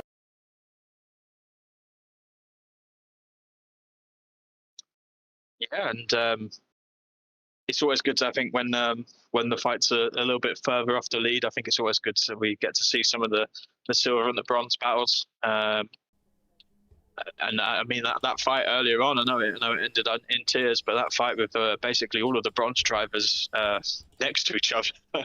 Yeah, excellent stuff. As Miga. Oh, I'm sorry, I wasn't watching the Miga fight. I was watching McGowan on board. I got the keyboard working and he just tapped the rear of Mackenzie. Ramsell's going to have a look up the inside of Miga. No, he's not. Backs out of that one. Oh, we've got a real fight on our hand for the last 8 minutes. This is turning into an awesome race here at Donington Park. I said it wouldn't disappoint, and it hasn't so far. Yeah, last race of the season, everybody's got nothing to lose, nothing to really prove anymore. It's just all for bragging rights. And yeah, I mean, it looked like McGowan was practically pushing Mackenzie as Mackenzie runs wide at the Fogger ESs, and that's going to allow McGowan up the inside. Chevy on the brakes. McGowan was going to have the inside. Mackenzie is not going to be able to hold that around the outside, and a mistake there from Mackenzie, and that's allowed McGowan to get through into P4. Yeah, so P4 for McGowan. As Miga's getting onto the back of them two as well. He's bringing Rob Ramsell with him. Herendich just not able to stick with them two at the moment. Further down, Jamie Lee has lost out to Popovich quite a bit as we see a plane coming into land at East Midlands Airport, just the other side of McLean's wall at the top of the circuit. That was a great shot of the aeroplane just there, just behind the auction building, just dipping down behind that as Pete Morrison coming under pressure from Neil Broom. Up the inside goes Neil Broom, and Morrison just bides his time and lets him go through. DJ Phil Atherton has retired from this race. That'll be no score for Phil Atherton in this final race of the season. So a shame for him there. And I've just realised I didn't actually input his race results. He would have been 20th in race number 1. So there we go. But no points for him in this second race. So, yeah, what a shame for Phil to end the season like that. But Mackenzie sticking with Ian McGowan at the moment and really wants to come back. Miga and Rob Ramsell right there as well. So if anything happens, them two could pounce on an extra couple of positions.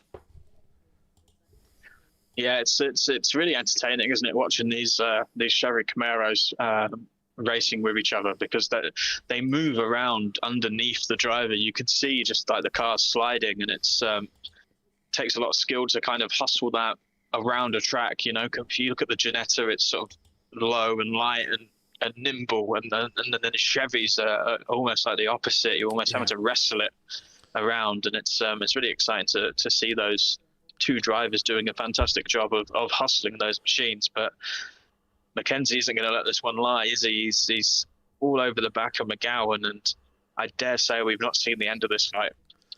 No, I don't think we've seen the end of this fight either, as Stapley's back ahead of Kruppeljan as well. So Stapley back in the lead of bronze. Anderson has cut that gap down to 1.8 seconds. Nobody's voted yet in the poll for Silver Driver of the season. So obviously either nobody deserves it or everybody deserves it in silver. As Stapley a little deep, Kruppeljan's going to have a look here. As that is Rob Ramsell into the wall on the exit of Melbourne hairpin, and he has returned to the pit lane with 5 minutes to go. So just in the nick of time to score points in this race due to the 75% cut-off. But Ramsell in a wall, what a shame. Yeah, that's unfortunate. He's had a really good night up until that point. Obviously a pole and a win in race one. And, you know, he was well within reach of potentially a second win here and certainly a podium. So didn't quite see what happened there and how he ended up in the wall. But no, that's unfortunate for Ramsel. He was having a great night, and that must really suck. He's just messaged me. He's blew his engine. He's just messaged me on Discord in capitals. I've blew my engine up with 4 laughing emojis. So maybe he did have a moment. Maybe he's messed it up himself. So Rob Ramsel has blew his own engine up with a chance to win this race. What an umpty. Oh, what a shame for him. He's had such a good night as well. And as somebody who's driven a lot of the Ginetta, that's no mean feat. There's some cars that are easier to sort of blow than others with the downshifts, and the Ginetta is not one of those cars. I don't think I've ever seen that happen in the Ginetta. So, I mean, you got to laugh, haven't you? Well, if you don't laugh, you'd probably cry. He will score 18th place. He was in that time window to score the points for the 75% completed. So Rob Ramsel, 18th place. Well done, Rob. But wow, a blown engine in the Ginetta.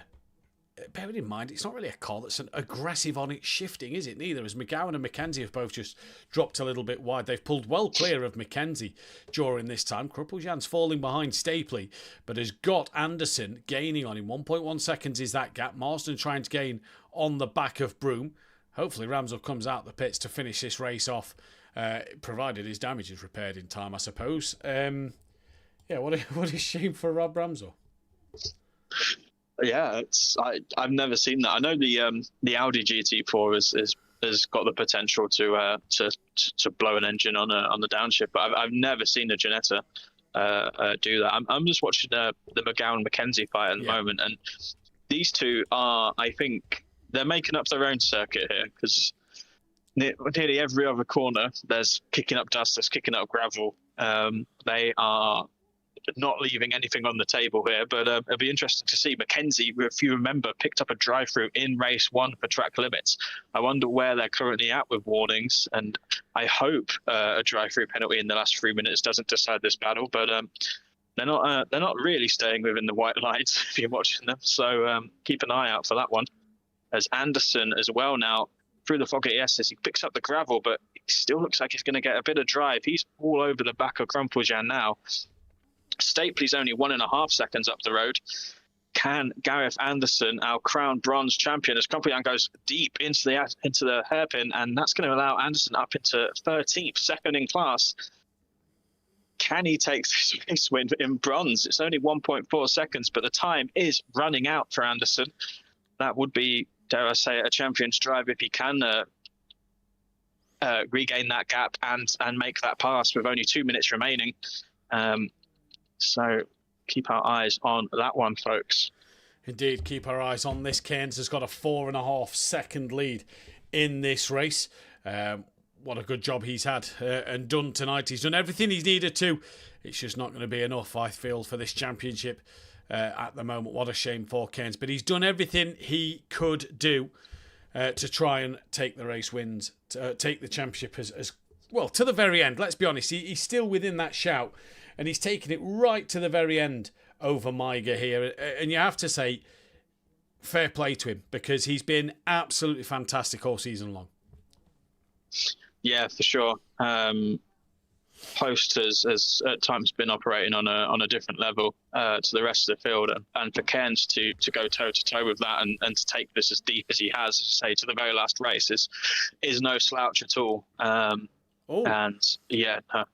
Changing the bronze category. Anderson's ahead of Kruppeljan. Broom nearly got past Kruppeljan there for third place in the bronze category. And Pete Marsden's with them as well. This has given Stapley a 2.6 second lead in bronze.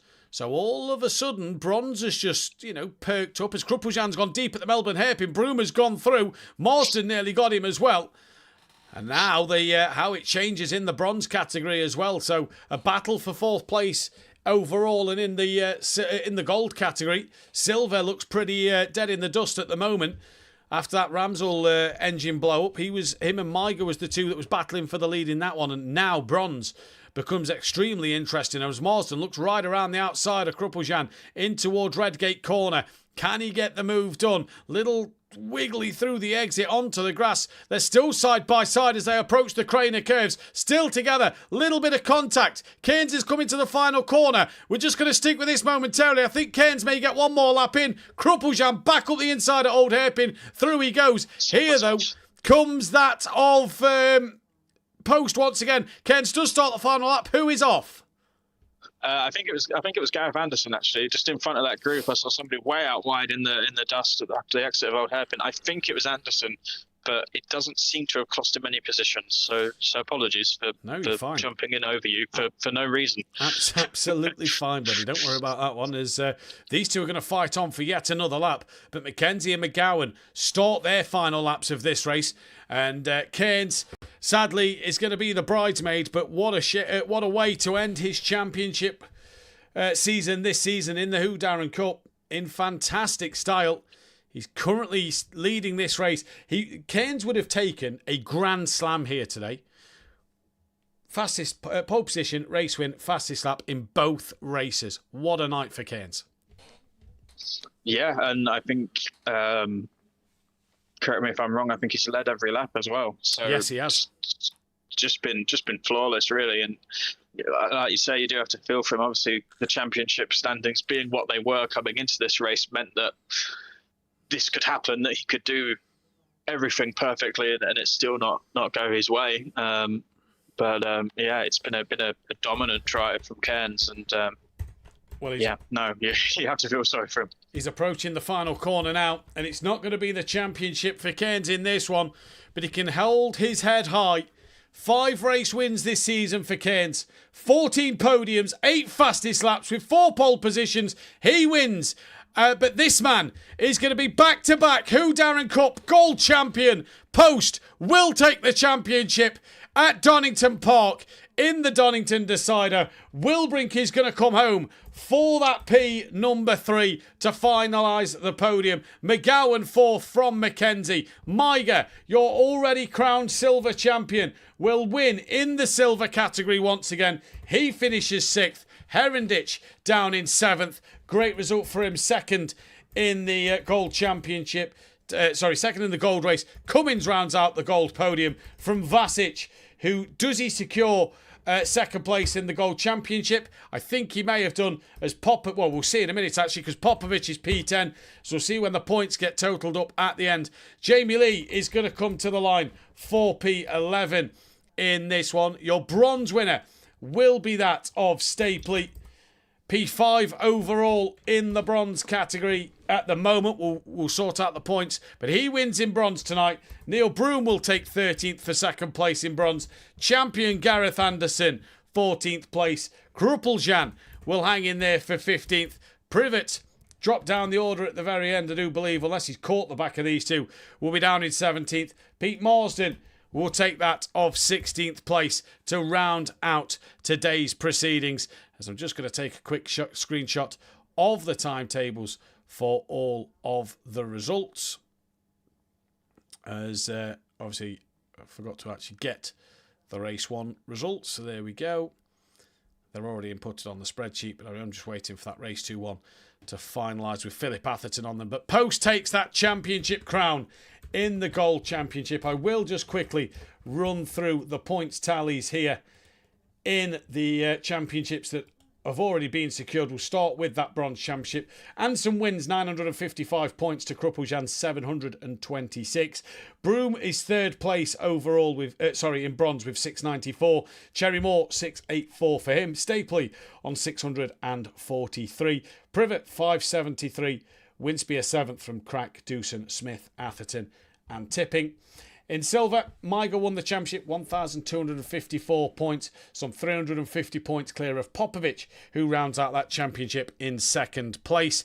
And then we've got that of Vasic, P3.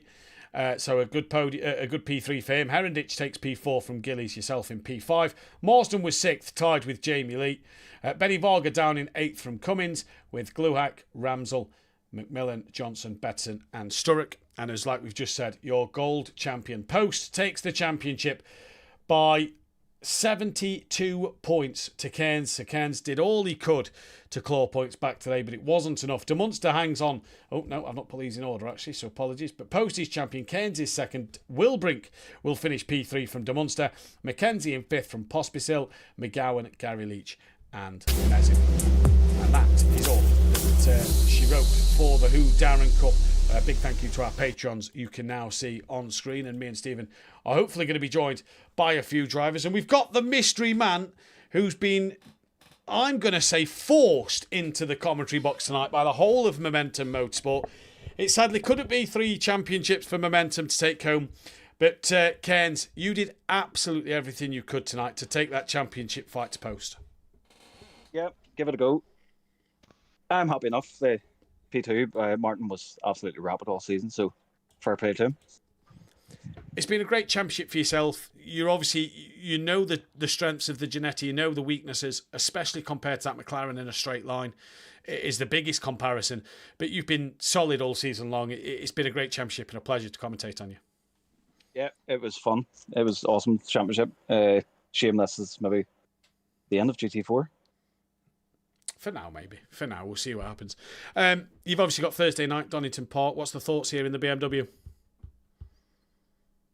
Yeah, not so quick in the BMW, unfortunately. Well, we'll let you go. Congratulations, second place in the Gold Championship, and absolute outright dominant victories tonight for yourself. Pole, fastest lap, and 2 race wins. Congratulations. Yep, thank you, and GG's, Martin. Thanks. And we'll go down quickly to speak to our confirmed bronze champion, Gareth Anderson, who last week when we spoke to you, you was only provisional. You're now confirmed as the bronze champion. That must be a great feeling to know that one is in the bag. It is indeed. Thanks very much. And thanks to everybody as well for the season. Did have a bit of an oops in the second race. One of my kids came in and started talking to me, and I was mid-pack with people, and I was sort of going, oh no, and then I realised it was off track, and I was like, I'll just finish my lap, finish my race, finish the season. So I have to give him a shout out. He kept coming in. He was like, Daddy, will you say my name? I was like, yes. So hello, Kelly, and hello, Finn. There we go. Yeah, great season for you. The gold livery, maybe not the livery of choice for this evening. Every time I've seen somebody in a gold livery, it's not gone quite so well. So maybe that's why your kid's ran in, because she was running gold on the car tonight. But it's been a great season for yourself. Thoroughly well done on the championship. Appreciate it. Thanks very much. And how much kicking and screaming did Cairns do to get him in the commentary box? Not much. He knew whenever he was coming in. He said before we even started the race to come on in. But yeah, the gold livery was. I'll blame Maiga on that. Well, I'm going to hand over to just a bit. Maiga, silver champion confirmed. It didn't look like the gold livery was a great choice for yourself either after race 1, because you wasn't on your dominant form. Let's say tonight. Yeah, hello, good evening, everyone. Yeah, to be honest, I wasn't so thinking about being competitive today. I was just trying to enjoy it as much. Had I don't know, 10 minutes of practice before the race, and that's it. I just wanted to have some fun, enjoy the last race in those cars. It was a great season, really enjoyed it. GT4s felt lovely. It was my first time driving GT4s competitively, and I loved it so much. Well, thanks to you guys for creating such a beautiful championship and a series for us to race in. No, our pleasure. It's been a privilege to commentate on such great battles with yourself and Gillies this season, yourself tonight with Ramsell and Herenditch, and also mixing it with some of the gold drivers. It's been an honour all season. Congratulations on the championship, buddy, and enjoy that one. Yeah, thank you. Congrats. Thanks to everyone who shared the track with this whole season. It was lovely racing with you all. Also, congrats to Martin and to Gareth for championships. Well done, guys. Yeah, enjoyed sharing track with you. And before we go to Martin in just a moment, we've got Popovic in the chat with us as well. Welcome into the commentary box. Just talk us a little bit quickly through how Donington Park was for you tonight. You was in some some good battles. Yeah, I wasn't practicing at all. I missed a lot of braking points. I think this track was abusive to me, Yeah, there was a few scary moments at the hairpins that me and Stephen witnessed tonight. Yeah, but I didn't touch anyone on that first race on the right turn, so All went well at the end. Yeah. All did go well, buddy. Second in the Silver Championship. Great result for your first season with us. Thank you guys for letting me in. I missed first couple of races, but next season I'll be there. Hopefully driving a GT4, maybe if you have a championship, but GT3 for sure, yeah. And tomorrow also. Brilliant. Well, we can't wait. I can't wait to see you again out there on the circuit tomorrow in that Mercedes-Benz. Congratulations tonight, dude. Thanks, man. Cheers, mate. And we'll go to your back-to-back Whodarron Cup gold champion. Martin, you've done it again. Wasn't possibly as easy as last season. You obviously was pretty much the runaway champion last season. This one went right down to the wire, and you managed to get across the line and take that championship. Back-to-back Whodarron Cup champion. Yeah, thank you very much. Yeah, it was an amazing season. First off, congrats to Cairns on second place. Yeah, the season was amazing. Had a bit of a tough start on Hungaroring, but after that, really could get the setup right.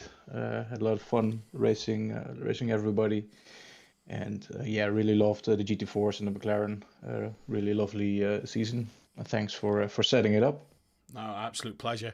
It's been a joy to watch you all season. Like you said, you struggled early on. You had to find your feet. You come from behind in the championship, really had to find your feet and started to pick up them wins. And that middle part of the season kind of set you up for this second half, didn't it? Yep, pretty much. It was a lot of fast tracks, like Indianapolis and Watkins, where the McLaren is really good. So that was a good couple of wins, and that really it gave me a lot of points. Indeed. Well, back-to-back Whodarron Cup champions. Congratulations, buddy. We'll let you get back to it. Thank you very much. And see you hopefully possibly in the GT3s next season, but we'll see what happons.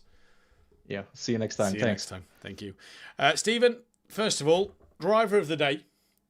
3 drivers of the season, 1 from each category, and final thoughts. Normally I say it's boring to choose the winner as driver of the day, but I think Cairns gets driver of the day for me today. Unbelievable pace, just did everything that he had to do to try and seal that championship. Unfortunately, it wasn't for him, but absolutely dominant display, faultless drive. Can't heap enough praise on him for that one. Best driver in the day, silver would probably look at Ramsell. Thought Ramsell was very impressive. And then bronze, I guess maybe Stapley. Stapley had a very strong race too. He was in amongst it. Anderson as well, very strong. Driver of the season. If it was disservice, I'm very aware that I've still got 2 of the class champions in the voice chat, so I'm a little bit careless. No pressure. I'm going to try. I'm going to maybe try and avoid maybe choosing the champions. I'll have a look. I'm absolutely winging this. If you can't tell, that's why I'm stalling for time. But all of the champions were magnificent, all thoroughly deserved. Congrats to them. I might go a little bit left field for driver of the season in gold, just because of who do I think has provided the most entertainment across the season. They've not necessarily won the most races. They've not exactly taken them the most podiums or the fastest laps, or whatever. And that would be Jack McKenzie. I said it in race 1. He's always doing something, whether he's coming from the back and overtaking a bunch of other people, whether it's flipping the car on the roof. He's always, if we're always watching him, he's always doing something. And that to me, I think just it is good for the series. It's good for the championship to have drivers like that. Silver, I think I do have to give it to Maiga.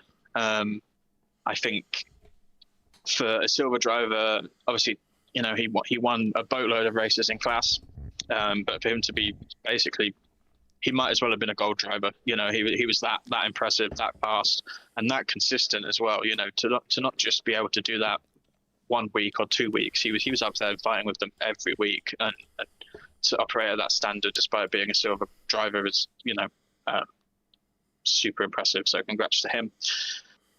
And then in bronze, Gareth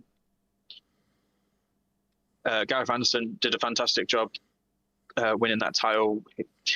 I've praised him so much throughout this season, but I'm tempted to maybe give it to someone like Neil Broom. Yeah, I feel like Broom has improved massively throughout the course of this season, and I think doesn't necessarily get the attention or the praise that he should. Having raced a lot of Neil over the years, from where he was to where he is super duper. And well done him. I think he picked up a second in class in that final race as well. So congrats to him.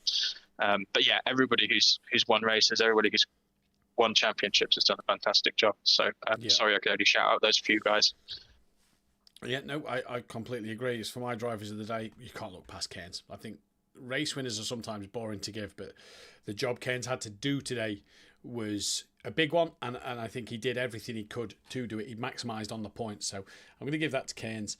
Gold driver this season, I think it's hard to look past Post because of how bad a start, if you actually look back at the start, how bad a start he had at Brands and Hungaroring. The way he's had to fight back has been impressive, so I'm going to give it to Post. Silver driver of the day, I'm with you. I'm going to give it Rob Ramsell. I think he's had good pace, possibly in for 2 race wins, blew his engine in race 2, but solid pace from Rob, who we've not seen all season, which could have been a shame.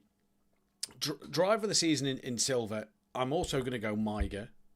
Yes, I'm giving it the champions. Yes, it might be boring, is what you might be thinking, but you've got to think of the season in its context.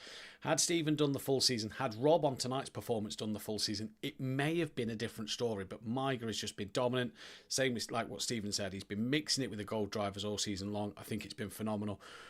Bronze driver of the day, I'm going to go Stapley. I think Stapley's had a solid night. I think he's been really good. Took that race win in the second race. And I'm going to be boring again, and I'm going to pick Anderson. I'm glad you went Neil Broom, and this is why I'm going Anderson, because I'm glad you went Neil Broom, because I think he does deserve a mention. I also think we need to shout out Cherry Moore. Barring not being able to race the last few races, he's pushed Anderson hard all season, and he's been thoroughly, right in that fight with Gareth all season long. So I'm going to give him a massive shout out, as well as Broom and Stapley. I think Stapley's been pretty good as well. But that is it for the Whodarron Cup. It will hopefully be back in the future, but as we announced in just before race 2, Le Mans Ultimate will take centre stage for a 7-week calendar. Race formats and dates will obviously all be out in due course when we post the calendars in the Discord and on our social media platforms. You'll be able to see the calendars there.